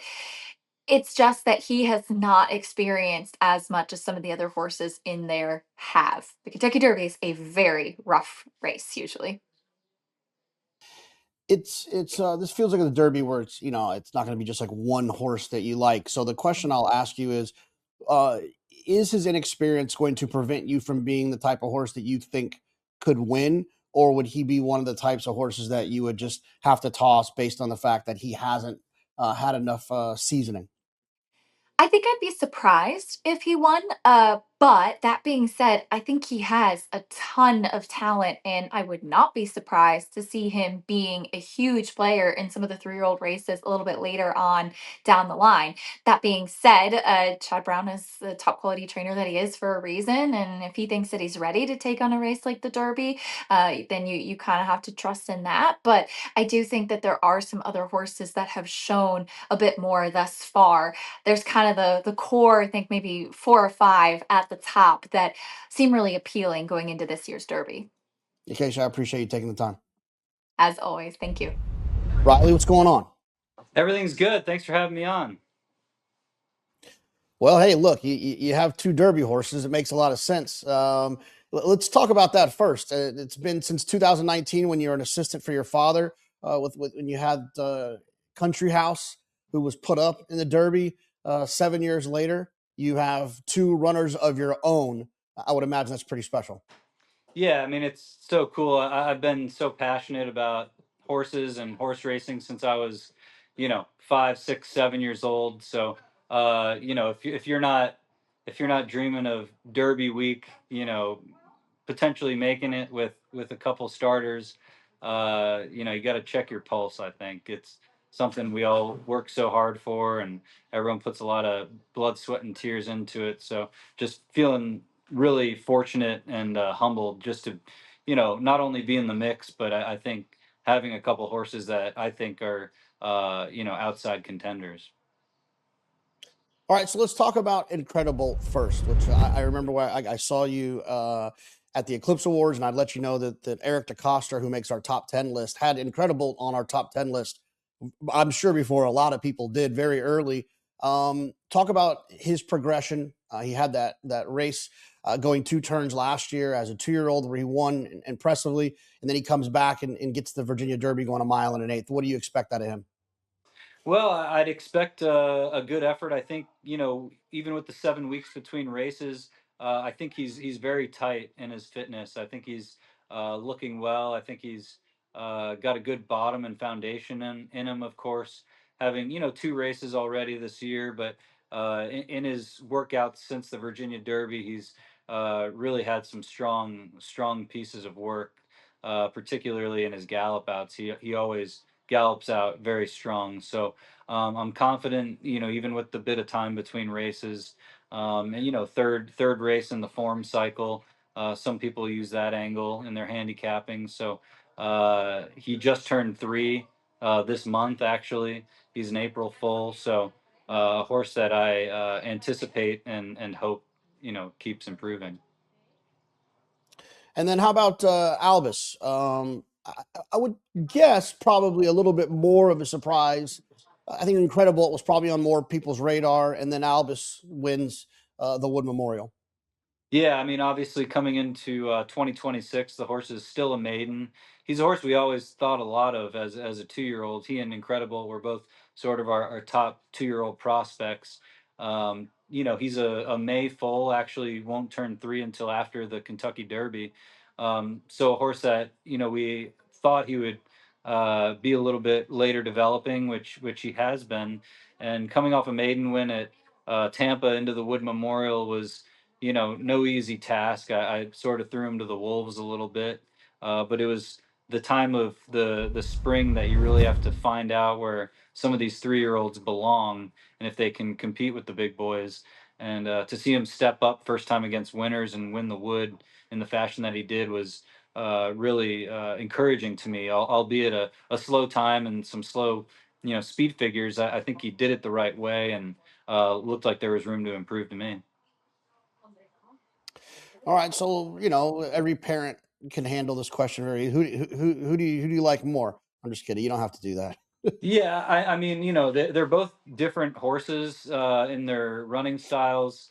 I compare Incredibolt to sort of a sports car. He's always there for you and at your fingertips, and sort of can really be wherever you want him to be. Whereas Albus is kind of more of a grinder. He's shown a little bit of speed in a few of his races, but I think he's just got such a workman-like type of running style.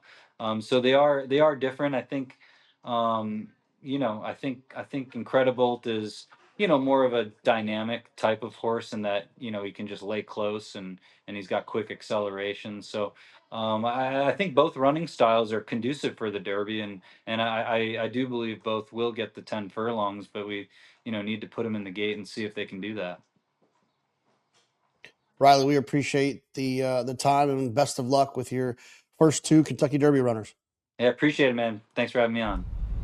It feels like every Kentucky Derby, there's that horse that kind of has that story that pulls at the heartstrings, and it feels like this year it is So Happy. No, it really is. It's a heartbreaking story. One that trainer Mark Glatt will call bittersweet in a way. For those that don't know, there are so many layers to this story. I like starting out with the name because it's a little ironic in a way. But So Happy was named actually for Mark Glatt, which anybody that knows Mark Glatt finds it to be a little hilarious, and thus I said ironic, because Mark Glatt is teased often for being grumpy. So the horse, yes, is by Run Happy, but they named this horse So Happy as a little bit of a play on Mark Glatt and kind of his demeanor. The heartbreaking, of course, part of this story is that Mark Glatt's wife of 25 years, Dina, passed away unexpectedly a few months ago due to heart failure, and just an immense tragedy. She was such an important part of his life, both on and off the track. And when I spoke to him after the Santa Anita Derby, which of course was his biggest win of his career, giving him his first Kentucky Derby starter, he said to me, this is the hardest thing I've ever been through. And it's surreal to just not have her here, because she was that person always pushing him, guiding him, supporting him throughout his life and career. And he said to me, he actually thinks that the last win photo that she was in was for So Happy. So, there's a lot of emotion carrying with the entire team on their way to Churchill Downs. And there will be an angel riding alongside Mike Smith, something that he did say after the Santa Anita Derby. He said, Dina, just get me home. And that's what she did. She helped get him home. And now Mark Glatt has his very first Kentucky Derby starter. It makes me emotional just, having spoken to him after that day, and just everything that the family has been through as of late. And I would say that when it comes to the emotions that are accompanying this horse, it feels like Mike Smith is like the perfect rider, right? The guy who for so long has worn his emotions of this game and the connections to this game on his sleeve, and let's be honest, Mike's probably in the second half of his career, and I think that's an awesome opportunity that they all have together to do something pretty special. No, you're 100% right. You're putting it in the hands of somebody that has been there before, obviously many a times before, and just really knows how to appreciate a moment like that, and also understands the weight of the moment. I asked him afterwards, what is it? What is it about, this first Saturday in May that at this stage in his career, it makes him as excited as if it was his first mount? And he said, it's the pinnacle of the sport. It's when you jump into that saddle, you want to win the Kentucky Derby. Now, he knows that he's already done it twice. And of course, he's won the Triple Crown. But he said a long time ago, he said, you know what? I want to win 3 derbies. So he's going for it. And he says he doesn't know if this is going to be his last Kentucky Derby. He said he doesn't think so because he feels great. But he takes advantage of every opportunity that he has. And he's not going to want us to tell him this, but, we do get our research packets. And I do believe he will be the oldest jockey to ride in the Kentucky Derby. Yeah. He doesn't look old, though. He looks No, he doesn't. He's 35. Approaching the big milestone finally, despite making himself 1 year older on the records. That's one of my favorite stories of Mike Smith. He wanted to be older so he could ride when he was younger. Oh my goodness. All right. Let's do the clunky transition from the good part of the story to what do you think about So Happy as an individual? Well, the number one thing people are going to talk about is, can he get the 1.25 mile distance? Obviously, being by a champion sprinter, it leaves a lot to be desired in terms of pedigree, but he does have Blame on the bottom side, the dam sire. So you have a Breeders' Cup Classic winner. Maybe that pedigree is going to infiltrate a little bit more than the top side. You have to say, though, what you saw in the Santa Anita Derby from a pace standpoint as well, if he can get a similar type of trip, it's going to help him get that added distance. Mike doesn't seem to think that he's going to have a distance problem, and who am I to second guess the Hall of Famer? I think it's just all going to, as we know, with the Kentucky Derby, especially going into that first turn, it's going to come down to trip. I think they found out a lot about him in the Derby versus the race prior. He was much closer to the pace, and that probably is what led to him not really getting the distance in that. I think it was his third start. If Mike can get a good trip sitting kind of behind that first flight of speedball horses, I wouldn't put it past him to hit the board. I don't know if I see enough for him to steal the race entirely and come home and win at a big price, but I know, for lack of a better phrase, it would make a lot of people so happy. Well, the most important question as we wrap this up is do you have the hat and the dress yet, or are you still working that out? Oh, gosh, if I was still working it out, I would be in a really bad position. Actually, I just got my hats. I loaned a few hats from Martina McGrath in Australia. Got the dresses, need to figure out the shoes, but as we've seen in the last couple of years, it ends up being rain boots, which is not fun. So I am ready. You are quite the fashionista yourself, though. You'll be there, right? And I'll be there. But which drives my wife absolutely insane, because she is actually like you. She's been planning it for forever and has it all laid out. I have absolutely no idea. Zero, none, not even a little bit.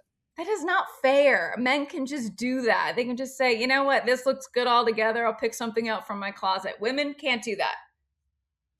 Yeah, no, I'll be in New York next week. That's one great part about living in New York, and when you live there, is that like you don't have to order things because everything is downstairs somewhere, and that's kind of nice. Yeah, now I'm in Florida. I've got to drive a little bit further or order many things to see if it'll work. But yes, fingers crossed, everything works out. And also fingers crossed, no rain. I'm just so over the rain. No rain boots. We'll see you next week. All right, sounds good. Thanks, JK. The In the Money Media Monster Pods continue with a conversation with a man who, he's been on the airwaves since, but he had a very memorable appearance back in 2023 around this time, where we talked about a very live Kentucky Derby long shot. His name was Mage. All he did was go and win the Kentucky Derby, sending this man into international superstardom for his celebratory dance in the boxes. He's back in the Kentucky Derby as a bloodstock agent this time around with a horse called the Puma. I speak, of course, of Romero Restrepo. Romero, how are things, buddy? All is great, Peter, man. Great talking to you, and excited for the next couple of weeks for sure.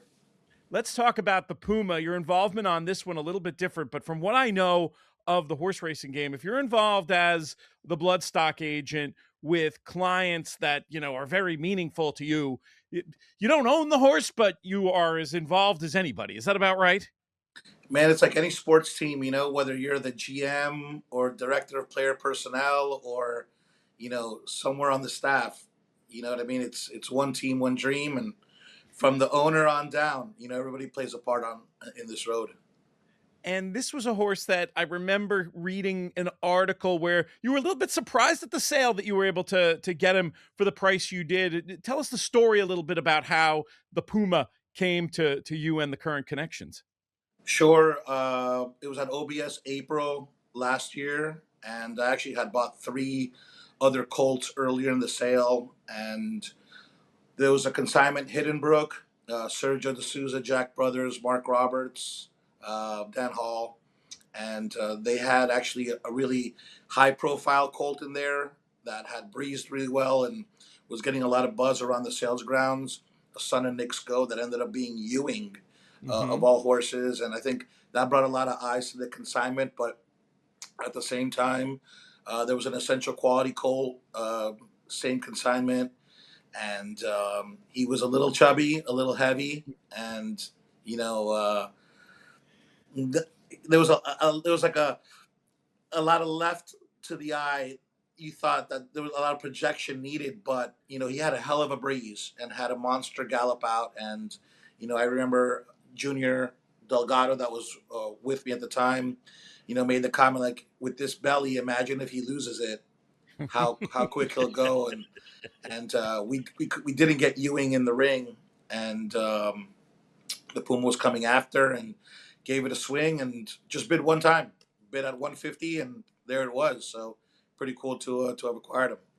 That ability to project, whether you're talking about baseball players or horses or any other kind of athlete, it could be useful. You mentioned specifically the gallop out from the sale. We've seen him finish really strong in his races. It seems like a consistent characteristic that he has. Is that part of the reason why you feel confident he'll do well at 1.25 miles? Well, that, and obviously Gustavo Delgado's track record with 3-year-old colts going a distance of ground is pretty exemplary.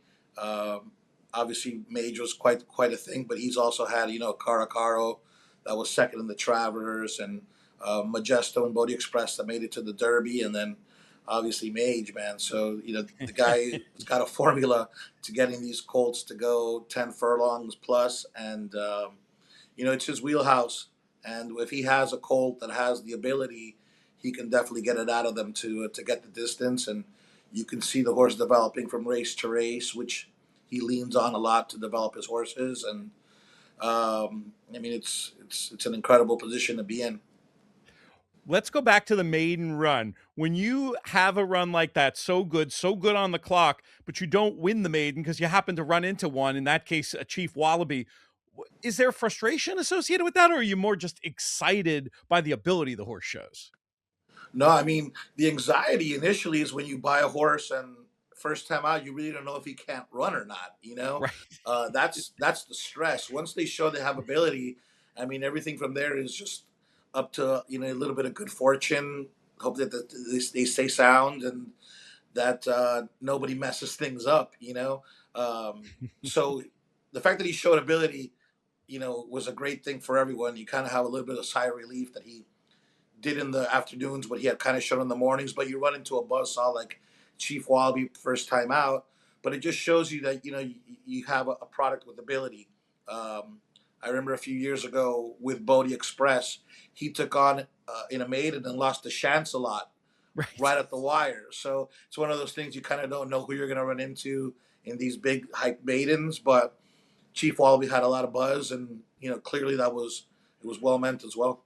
Yeah, though you were able to reverse that form later on. But let's first talk about the Tampa Bay Derby. For me, I wasn't surprised that he ran well at all. I loved him in the race, but the way that he did it surprised me just because it was so good being wide on the turns. Again, really showing that ability to finish. Were you surprised at all by what you saw there? And did you feel like it was definitely the right move? And was there any temptation to get the maiden first, or was it always going to be, hey, we need these Derby points? Well, obviously, these decisions are always left up to Gustavo, but Of he course. ran Bodie Express in those classics as a maiden.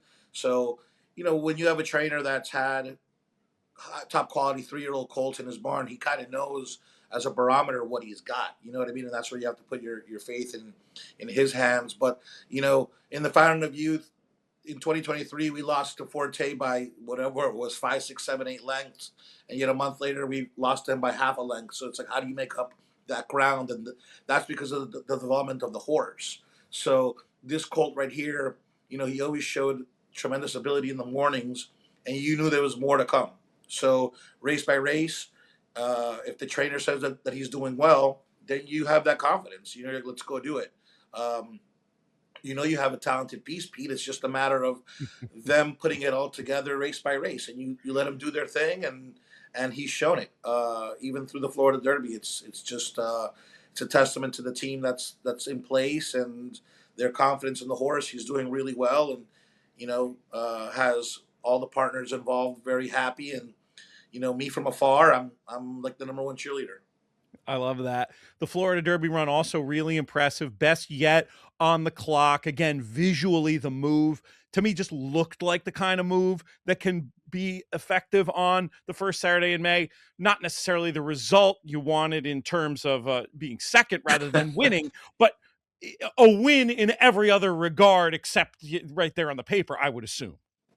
Oh, for sure. I mean, look, we all want to win, but hitting the podium in a big race is just as amazing. Like we're in such a competitive business that losses feel like they hit you really hard, but especially a dirty nose like that. But look, you have a horse that belongs, and when you see the type of attrition left and right, um, and the lightly raced competition that you're going up against, I feel comfortable looking at the paper and saying, wow, this colt every race has had to take on talented horses. So in a short career, he's had to face Chief Wallaby twice, Commandment, Canaletto, Further Ado, came back and won the Bluegrass in a big way. So at the very least, that every race he's had to battle the tiger of the moment and shown himself to be another jungle cat at the top of the food chain. So it's pretty cool, man. It's a cool thing for everyone involved, for Gustavo to have a small barn and have a horse in the big race, and for the partners, JR Ranch, Jose Aguirre, Randy Guy, Joe Noble, and Todd of Kevin of High Step Racing, and obviously the family connection of the Gustavos there. It's great for all of them. They're the ones that are putting up the capital for you to be able to go to these sales and buy horses all around the world. So much credit to them, and it's just fantastic for them to have this type of ride. Great stuff, Ramiro. We'll check in with you one more time. We're recording this as one of our first Monster Pods. I'd love to check in with you closer to the race, see how the big horse has been doing coming out of that Florida Derby run. But we'll leave it here for now. Thank you so much for coming and joining us today on the In the Money Media Network. No, for sure, my man. Take care. Griffin, looks like you found a horse back there behind you. Yeah, we got a couple back here. I figured this background's a little better than my wall. There you go. Griffin, I wanted to talk with you a little bit about Silent Tactic for a couple of reasons. One, obviously last year you had Sandman, who was basically the king of that Arkansas 3-year-old prep division, winning the Arkansas Derby. So I'm assuming you were paying a lot of attention to those races, but also, I know you're very close with Mark Casse, so I'm sure you're paying attention to Silent Tactic in that regard. Is Silent Tactic going to win the Kentucky Derby? One thing I keep telling everyone is the biggest thing with the Derby is you never know what elements you're going to get, right? It could be last year it was like 6 inches of slop on the track, walking over. So one thing I like about Silent Tactic is he runs hard every time. I mean, you got 20 horses in a field. You don't know how they're going to react to, having that many horses bumping into them. You don't know what the weather's going to be. And if I had to bet on one horse to fight through any element, it would be him. So I definitely think that he's live in the Derby this year, and I think he's going to run well. Yeah, I mean, I completely agree. I think it's one of the things that gets a little bit ignored and underrated is that they can be fast, they can be this, they can be that, but they still have to find a way to navigate a 20-horse field and 150,000 people as well, screaming and yelling and carrying on. And when it comes to Silent Tactic, when they draw today, they'll be drawing. Do you have any feelings about, or does the team have any feelings that you've overheard of where they want to draw with a horse like that? Mark's pretty silent. He's like very calm. I actually give him crap all the time. I'm like, dude, I can't even stand next to you because you just make me look like I'm a scaredy cat. But I mean, for his running style, I think anywhere from 4 through 12 would be fine. I think that if I had to ask Mark, I would guess that he'd probably say somewhere in the 6 to 10 range. I mean, that's about, he's gonna hopefully stay up on the pace a little bit, and I think being in that range would be ideal for his running style. Better than 17, right? Well, we got a lot of time until the race, but I'm going to put your feet to the fire a little bit here. Is Silent Tactic going to be your pick, or you still got some more things to digest? No, I'm all in on the Cassie team. I actually talked to Mark. What was it? Right around the Smarty Jones, and I was like, "Look, Mark, we had such a good team last year. I know everyone in the barns. Sandman was so electric at the Derby. Like, can we get the team together?" So, after a lot of begging, I finally got him to agree to put the group together. So it's gonna be the same exact team that brought Sandman, minus West Point DJ and St. Elias. There you go. All right. Well, we wish you the best of luck. Thanks for taking the time. We'll see you next week. Thank you. Good to see you. More Monster Pod action and another guest that the people clamor for. Every time he comes on, I get compliments. Why don't you have him more often? I speak of Frank McGoey coming to us from Louisiana. What's up, buddy? I'm worried about your audience if they're clamoring for me, Pete. Doesn't speak well for you. It's a sick bunch. It's a sick bunch, Frank. What can I tell you? They're people after our own heart. That's the best way to describe it. Right. I got a lot of guys in my orbit like that, I'm sure. I tip my hand as to what we're going to be talking about here because I mentioned Louisiana, and nominally we're going to we're not going to start about we will eventually talk about the winner of the race, but at first we're going to talk about the horse that you were officially signed up to talk about following the Monster Pod bylaws, and that's Golden Tempo. What do you think of this horse generally, where he is in his form, what you've seen of him when you've clapped eyes on him personally? And then I'll ask you the logical follow-up. But let's start off with, a little history. He made a big splash on Super Santa Saturday down here at the fairgrounds when he beat a nice field. As a matter of fact, it wound up being a very key maiden race because I think 4 next out winners from 6 starters won their next race, exited that race. But the downside of that is in that race, he started a bit of a habit of blowing the start, and even though he was so impressive circling the field that day and winning going away, he's carried those gate annex with him throughout the Lecomte, the Risen Star, and then somewhat in the Louisiana Derby as well, where he added blinkers, and I'm sure that was an effort to try to get him a little more into the race and out of the gate. But that recipe of not being quick out of the gate in a big field, he's going to lose his path pretty quick, and that's going to be a real big ask in a big field like the Derby. Overall, in terms of his talent, the figures he runs, I mean, where does he fit with this Derby group? He's solid, but I think he's definitely a notch below, and this is nothing anybody listening to this podcast doesn't already know. He's a notch below who, I think most people agree are the top contenders going into this year's Derby.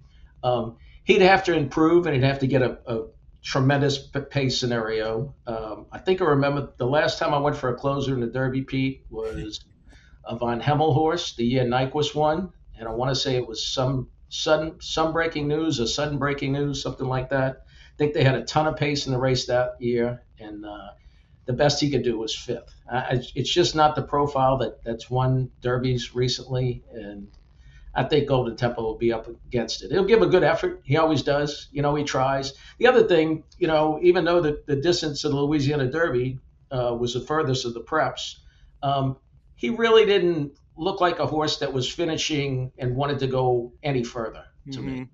And if anything, maybe a cutback would be best for him.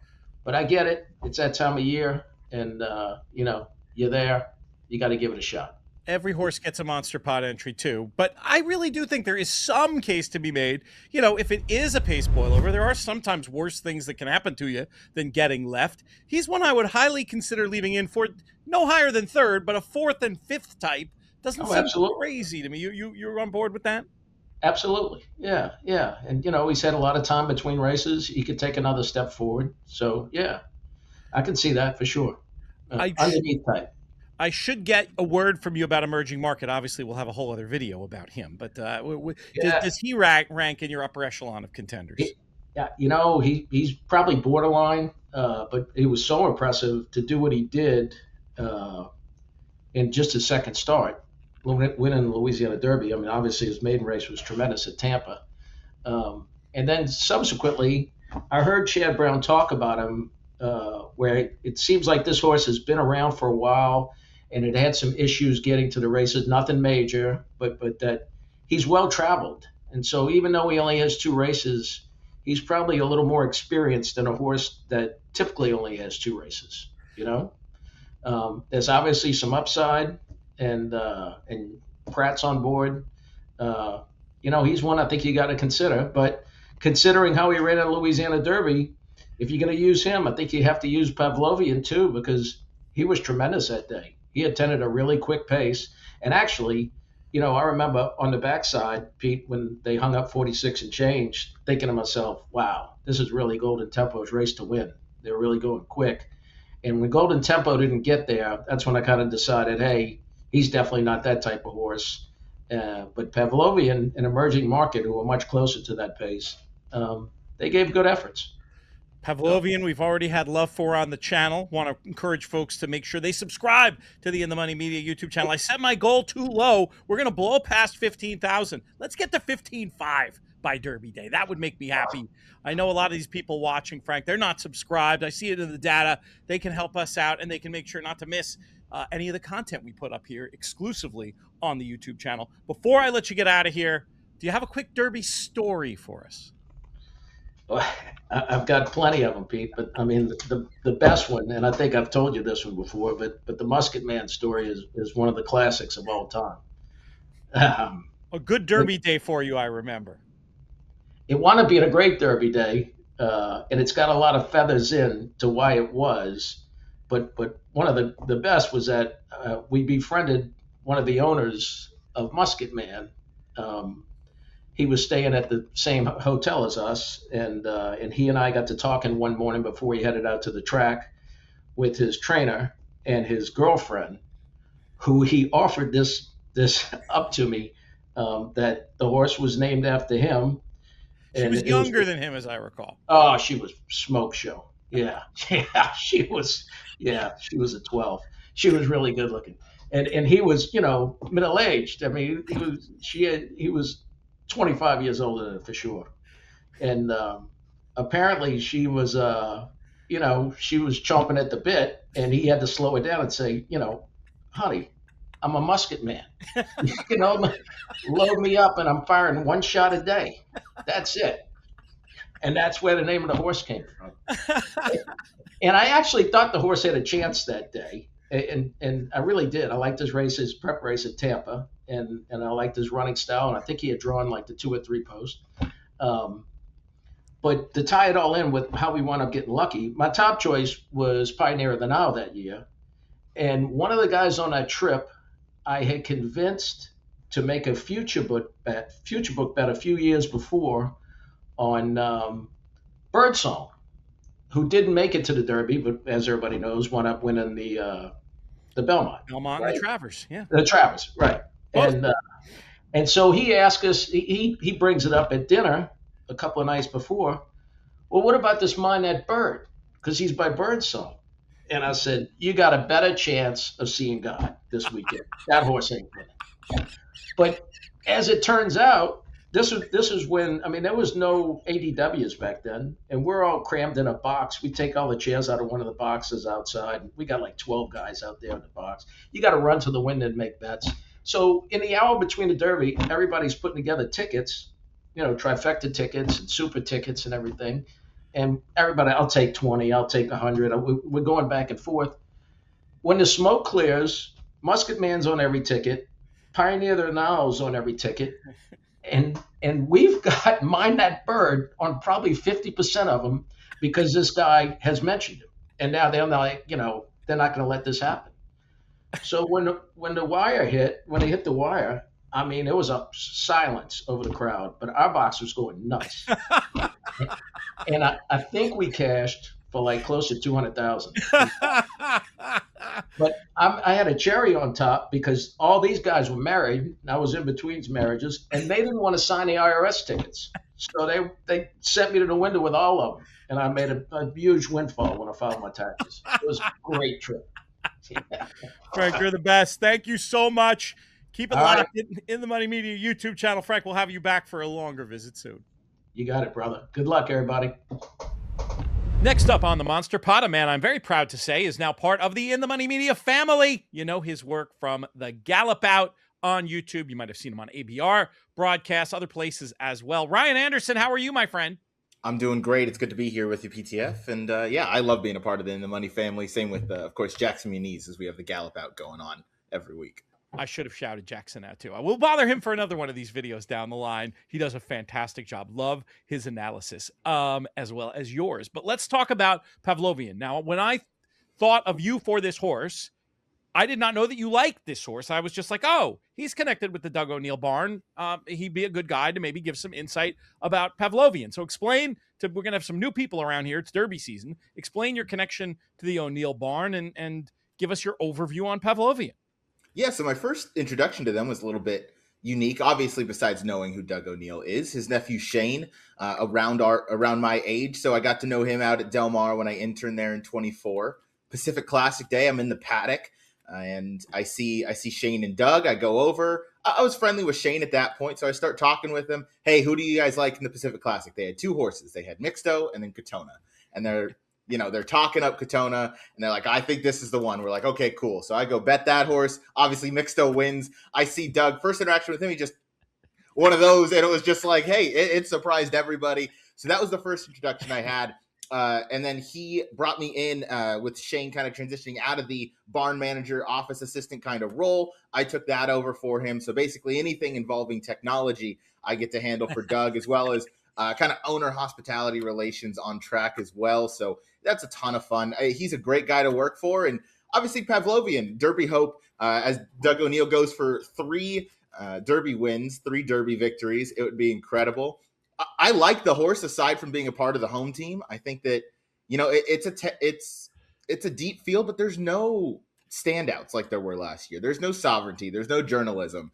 Even Baeza deserves a shout out. Those 3 kind of had that top 3 on the podium for the entirety of last season. So I really do think Pavlovian has a big shot this year. Let's talk about him in terms of class, because that's the first question that I have. How does he truly class up? He's very well raced for a Kentucky Derby horse in this day and age. Derby will be his 11th start, but let's start there. How are you convinced he fits based on that second in the Louisiana Derby? Well, look, he's obviously got to improve, right? That 90 buyer, probably not going to get it done in the Derby, but he's going to have about 6 weeks off before this event. That was a trying effort where he fought on with Emerging Market the entire way down the stretch. He did herd out a little bit. He did herd Emerging Market. I think if he would have gotten his nose in front, probably would have been DQ'd, in my opinion. But I still think those 2 efforts that came with Edward Maldonado aboard and getting the blinkers back on in this 3-year-old season, those are strong efforts. And I think he can definitely build upon those. I think he can take that step forward. obviously to go from the Sunland Derby to Louisiana, I didn't speak with Doug anything about regarding kind of the move and the choice to go there, but it says all you need to know in terms of confidence and belief in the horse, that they didn't stay for the Santa Anita Derby. They didn't want to go somewhere, in one of those kind of second flight Derby preps. They went straight to Louisiana. They knew who they were going to be facing. And it did come up a relatively, I think, easier field compared to, the likes of the Bluegrass and the Florida Derby. But still, Louisiana Derby, that's a trying test, and you do have to ship out to the fairgrounds. Handled that well, did all the dirty work, held up on a pace that completely fell apart behind him. Chip Honcho was fourth, but that was 20 lengths back maybe. So for Pavlovian to battle right back on and take Emerging Market down to the wire, I really do like the way that he's kind of progressed and shown that kind of tenacity with those blinkers going back on. And Edwin Maldonado, the Candyman, really fits this horse very well. He has shown good courage in his races, and it's really interesting. So way back in the day before you were born, when I was analyzing my first derbies, people would always talk about these ideas that are completely out the window. 2-year-old foundation. That was a term you'd hear. A horse can't win unless they've had X races. Now it's gone the other way. You're going to have horses in here who it's their third run of their life. Could this be almost a hidden advantage for a runner like Pavlovian to have all this experience and to have a real ding-dong battle down to the wire at grade 2 level, going a farther distance like he does? Is that part of the argument here? Absolutely it is. He's the most experienced horse in the field by a significant margin. I think 3 races is the edge he has, maybe 2 races. But either way, he's coming in here with such a back foundation of races, and those 3 2-turn tests have all been his best. You can even count the King Glorious at Los Al if you want to choose there. But look, kind of what happens at Los Al stays at Los Al for me. But those 3 that have come going the 2 turns, he improved going the mile in 3/16. I don't think there's any doubt about it. He galloped out strong. It wasn't like he gave up as soon as they got past the wire. He went right with Emerging Market all the way to the backside, along with Golden Tempo. Pace scenario wise, I think it sets up great for him. I don't think That was my next question. Have you done any diving in? I haven't gotten to that part of my analysis yet. Who are going to be his presumptive competitors for the early lead here? Well, I would think 6-speed is the main one, especially coming over from the UAE Derby. This horse set the pace the entire way around there, and we know how foreign invaders do when they come over here. They go to the front. They go basically no holds barred. And they're not afraid to set a fast pace, which I love that. I do think Pavlovian is capable of sitting right off the pace. I would love when the draw comes out if he is drawn outside of those other speed contenders. I do think, Denon Bourbon could be a little quick. Wonder Dean is fast. So I think depending on their tactics, they could be forward as well. But in terms of true speed horses, I think it's really 6-speed. And then horses that like to be forward, it's Pavlovian. And so depending on the draw, depending on where they go, Edwin Maldonado is never going to take speed away from a horse. And that's something that is a huge confidence boost for me, knowing that he's going to have that mount in the Derby. I think if he draws outside of that speed, that's going to make me even more confident in his abilities. If he's inside of a horse like 6-speed, unless, 6-speed really crosses and clears, it's going to put Pavlovian in a tough spot. But I do think the way he's shown that fight and that tenacity since getting the blinkers on, since being forward, he's kind of a bit of a new horse, and he doesn't like to be passed. I think that really is a promising sign for him. It's a compelling case that you make. You're going to be a big part of other Derby content that we have. Hopefully we'll get you analyzing that draw. I'll make sure to bring this question up again.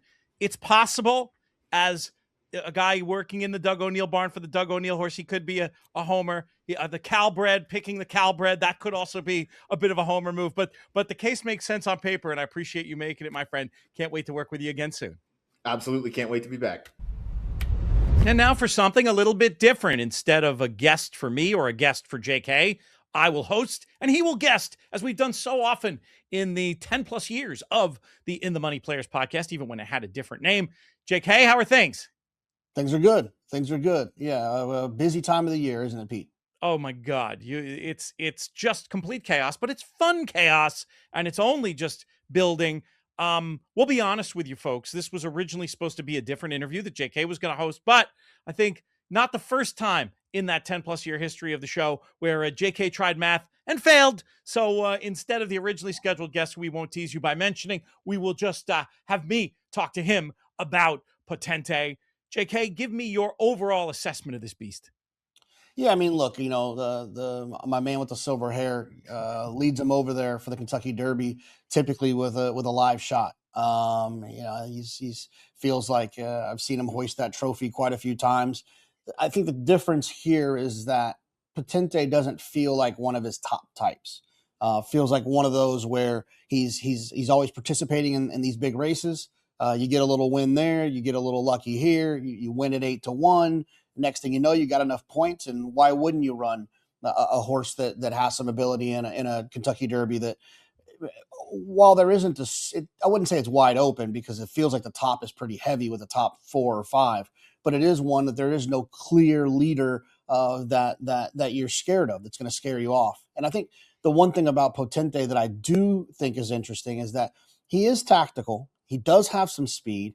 We know how Bob Baffert trains his horses. They have a lot of bottom to them. And it feels like, depending on where he draws, he could end up being in the mix, pushing on, being forward, and being one of those types of horses that sticks around for second or third just because some of the others get in trouble or don't fire. And then one of the top 5 wins. That's kind of what feels like is his ceiling for me, just hitting the board. Okay, that's an honest assessment, and I get it. He could get the right kind of grinding trip to maybe get a little piece. One of the things that I've heard a lot in the comments of these videos we've been doing so far for Derby is there's a lot of people out there that believe in the Santa Anita Derby. I think a lot more than I do. Beyer team had it a fast race. I mean, really 100 on the Beyer scale to the winner there, putting Potente not that far out of it. But I don't know, based on some other figure sources I've looked at, some of the figure work I've done myself, and just based on the visual impression of the race, I'm just not convinced the form is all that good. I'm going into this year's Kentucky Derby more or less looking to fade the Santa Anita Derby. Are you there with me about the quality of that Derby prep specifically? Yeah, I mean, look, I feel like I spend the entire winter and spring looking for a triple digit buyer to kind of get me going for a horse that I think could be special, and I just don't really see that with So Happy, the winner of the Santa Anita Derby, and it just doesn't feel like the strongest version of the Santa Anita Derby. I mean, obviously we've seen some absolute monsters come out of that race and some really big Santa Anita Derbies. I just don't feel like this is one of those. I definitely feel like it's on the second tier. Putting the Arkansas Derby, the Bluegrass, and the Florida Derby as kind of that top tier preps to get ready for this Derby. So, no, I agree with you, Pete. I don't think that this is that 100 type race. While we have you, since you're going to be asking the questions for all the rest of these shows that you're on, I'll ask you this far out. How far along are you in deciding who your Derby pick is going to be? This is pre-draw. Are you deliberately keeping an open mind, or do you already have a little bit of a short list in your mind? No, it's pretty intentional. I've gotten to a point, I've talked about it before on the shows. I used to fall in love with horses in January and February.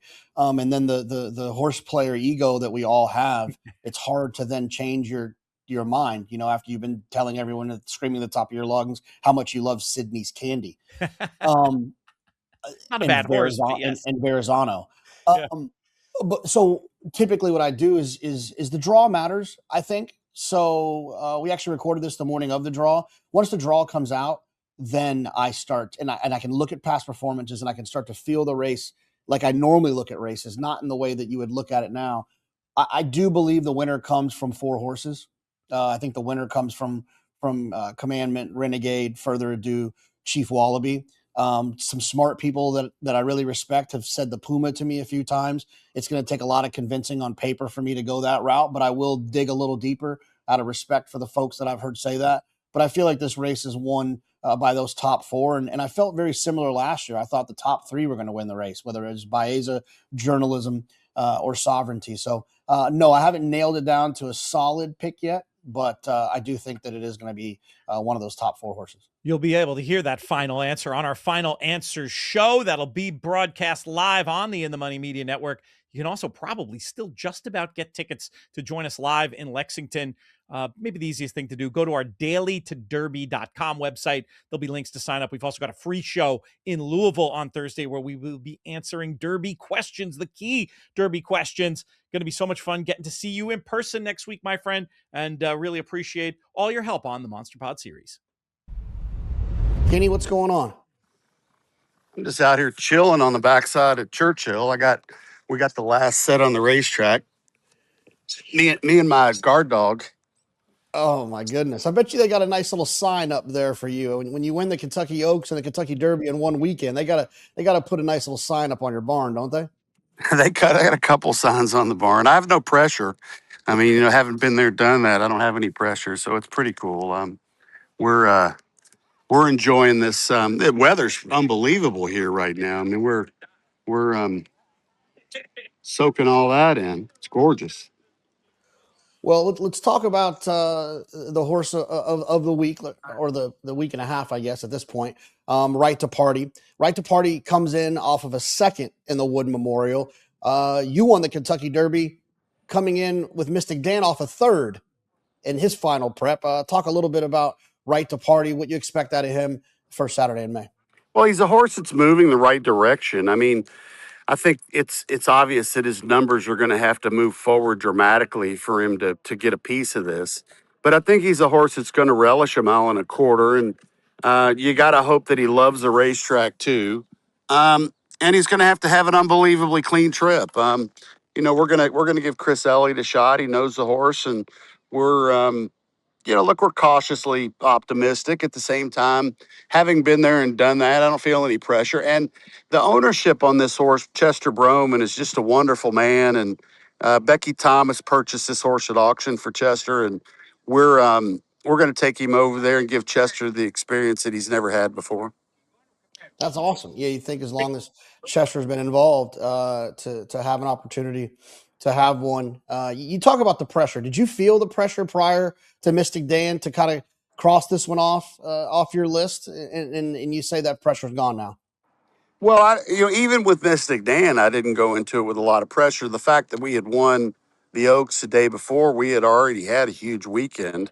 So we really went into that one pretty calm and cool. And, I think pressure is self-inflicted for the most part. I think that, if you've got a high wound up client, or actually, I'd probably feel more pressure if I was 4-5 or even 5-2. That's probably a little more pressure. In this case, admittedly, he's a bit of a Father, Son, Holy Ghost horse, and he's got to have everything go his way. And we're not, on numbers and speed figures, we're not with a chance on paper, but it is a horse race, and we've seen wild things happen. Now, I said earlier, if I win this one, you're going to shave your head for me, right? Shave your face. I want to see what that head looks like without a bunch of hair on it. Come on, Jonathan. I mean, are you, some of you hiding? Are you hiding something? All the beautiful heads, we show ourselves off. Yeah, I mean, Matter of fact, I want Andy Serling and you to shave your heads if I win this one. I got to tell you, Andy doesn't have. He's almost there, Yeah, so you might it's as well just get it over with. not a stretch for him. Real quick, Kenny, I did want to ask you. Obviously, I think one of your strengths as a trainer is identifying young horses, good horses, physicalities, the way they move. You don't have to buy a $5 million horse. You could find a $200,000 horse and do big things with them. I'd be remiss to not ask. I know you've been sitting, like you said, you're sitting there watching horses train now. I selfishly like to know, who do you feel like is the horse to beat? It feels like it's a pretty, 3 or 4 pretty really good ones at the top. Who's really kind of impressed you the most? Well, the horse that won at Oaklawn, the Renegade. I mean, that was unbelievable finish. That horse came like lightning down the stretch. I mean, if he does that at Churchill, he'll win the race. Kenny, I appreciate it, and I'm not doubting you anymore. I almost had to get a tattoo a couple of summers ago, and if I had to shave my head, all my Twitter page would have to change from UT big hair to UT bald hair. It'd be tough. I'll just be very happy for you if you pull it off. Let me fill you in on her and him. Mystic Dan's going to get about 90 mares, of which I've sourced about 25. And Torpedo Anna is the picture of health at Hillendale Farm, and she got in foal on the first cover to Gunrunner, and that's foal's going to be very exciting to see. I'm not sure if they're going to sex that foal and find out if it's a colt or a filly, but she's off to a really good start, and so is Mystic Dan. And right now my young horses have just come off the track. We're looking to find the next big wave to ride. And right now I don't think we've look right the party. Let's see what kind of race he gives us. I think he'll run hard, but he's got to do a whole lot more. But we're needing that horse that takes us to the highest levels again, and that's the battle with every horse trainer every day. Kenny, we'll be rooting for you as always. We'll see you. I'll be there next week, so I'll see you at some point, I'm sure, next week. And then I'm sure we'll see you a bunch this summer at Saratoga. I'll get you on that golf cart. Sounds good. Are we committing to the shaving the head?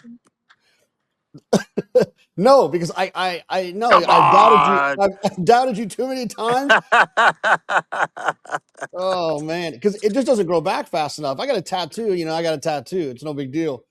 Yeah. The shaving of the head. Oh, I'll shave. I'll see you at the races. I'll see you at the races.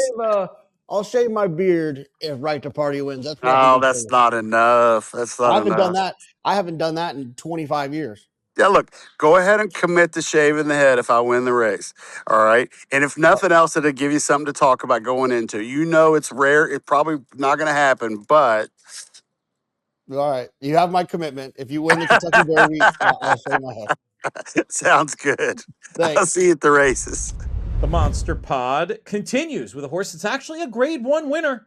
Not getting a whole lot of attention, though, because that Grade 1 came as a 2-year-old. Seems like he is certainly going to go if he can get in. Will he get in? Still an open question, and one that we will ask our guest, who joins us now from the Double Trouble live show and does work. He's going to be doing some work for us on the In the Money Plus side. We need to figure out exactly what that's going to look like. Production meeting, we'll leave that one for outside the show.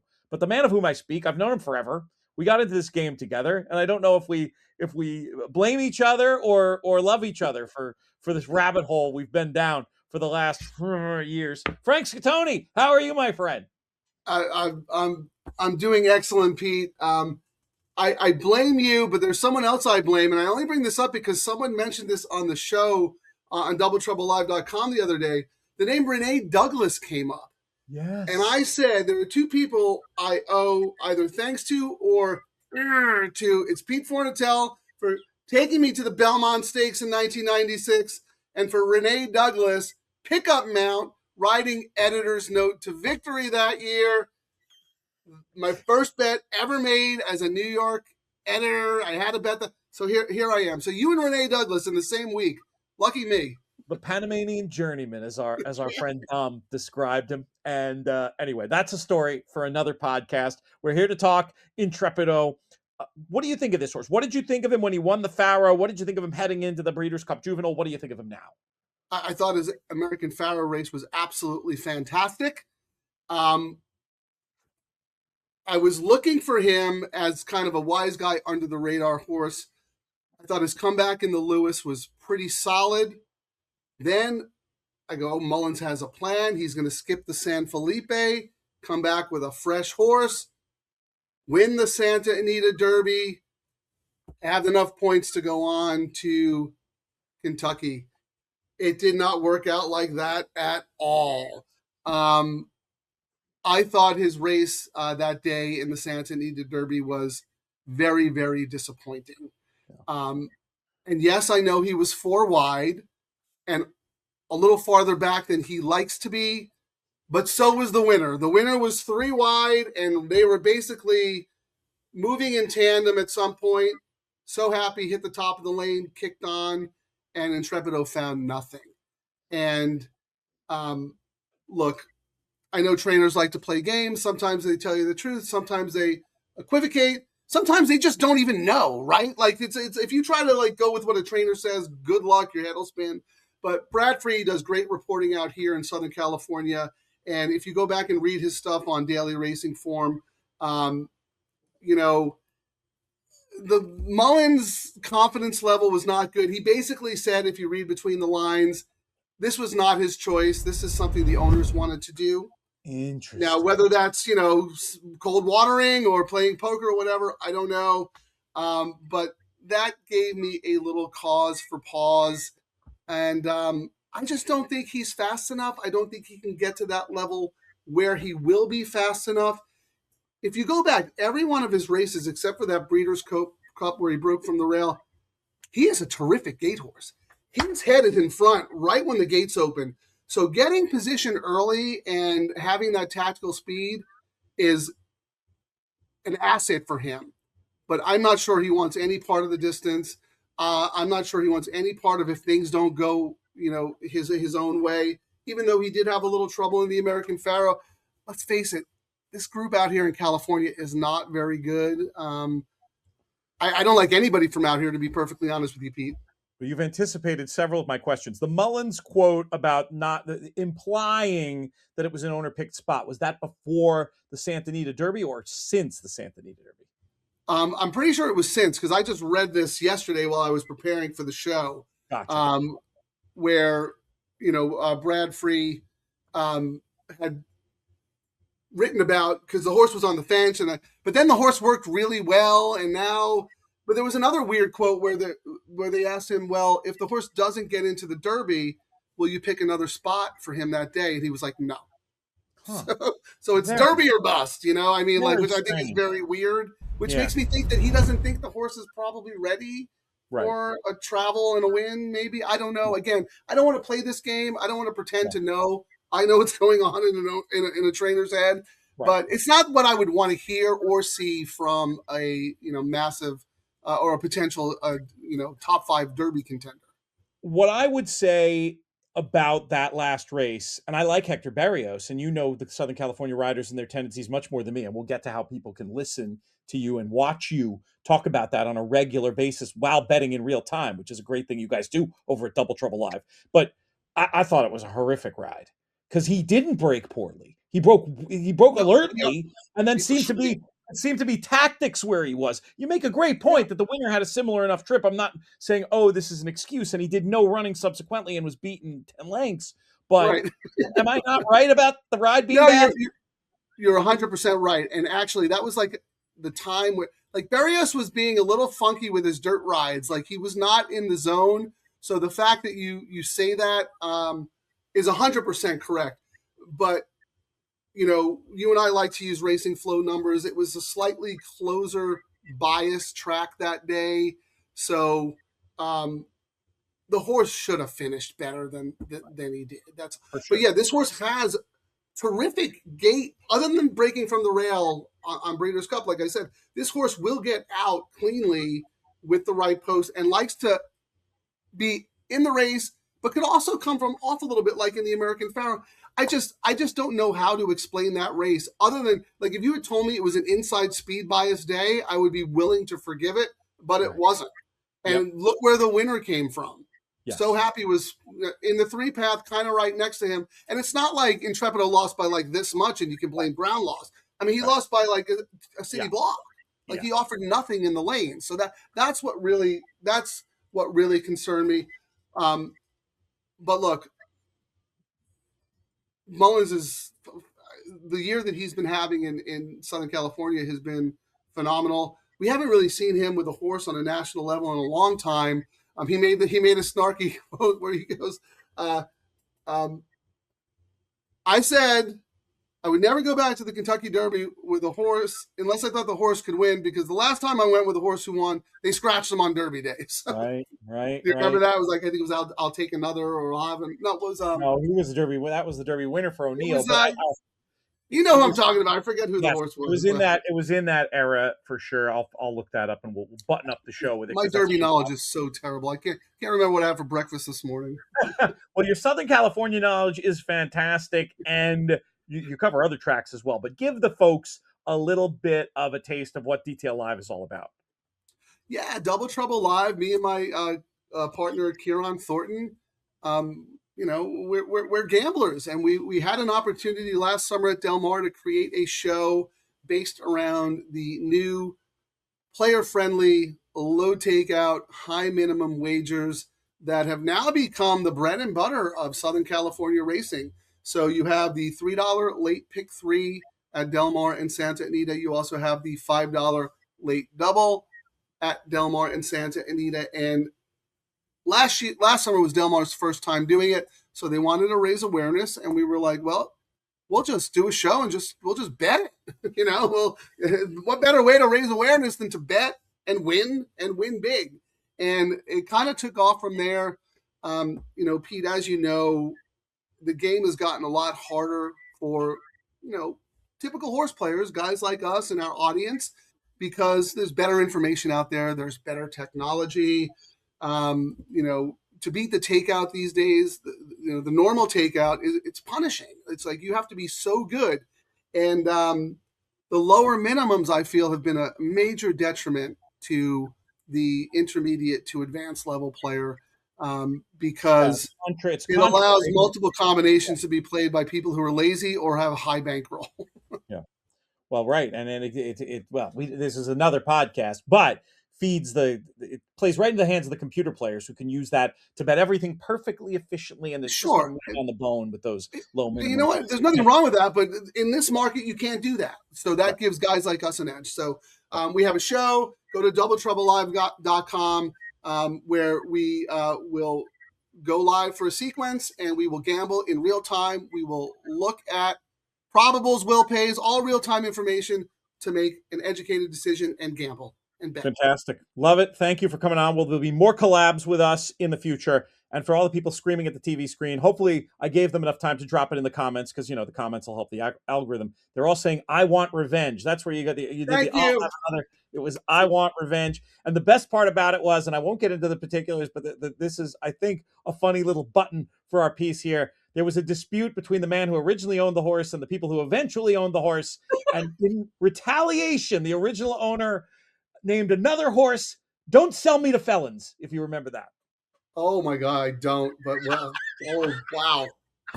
See, you get everything on this show. Thank you, Frank. Keep it locked to the In the Money Media YouTube channel. Make sure you subscribe and check out Double Trouble Live as well.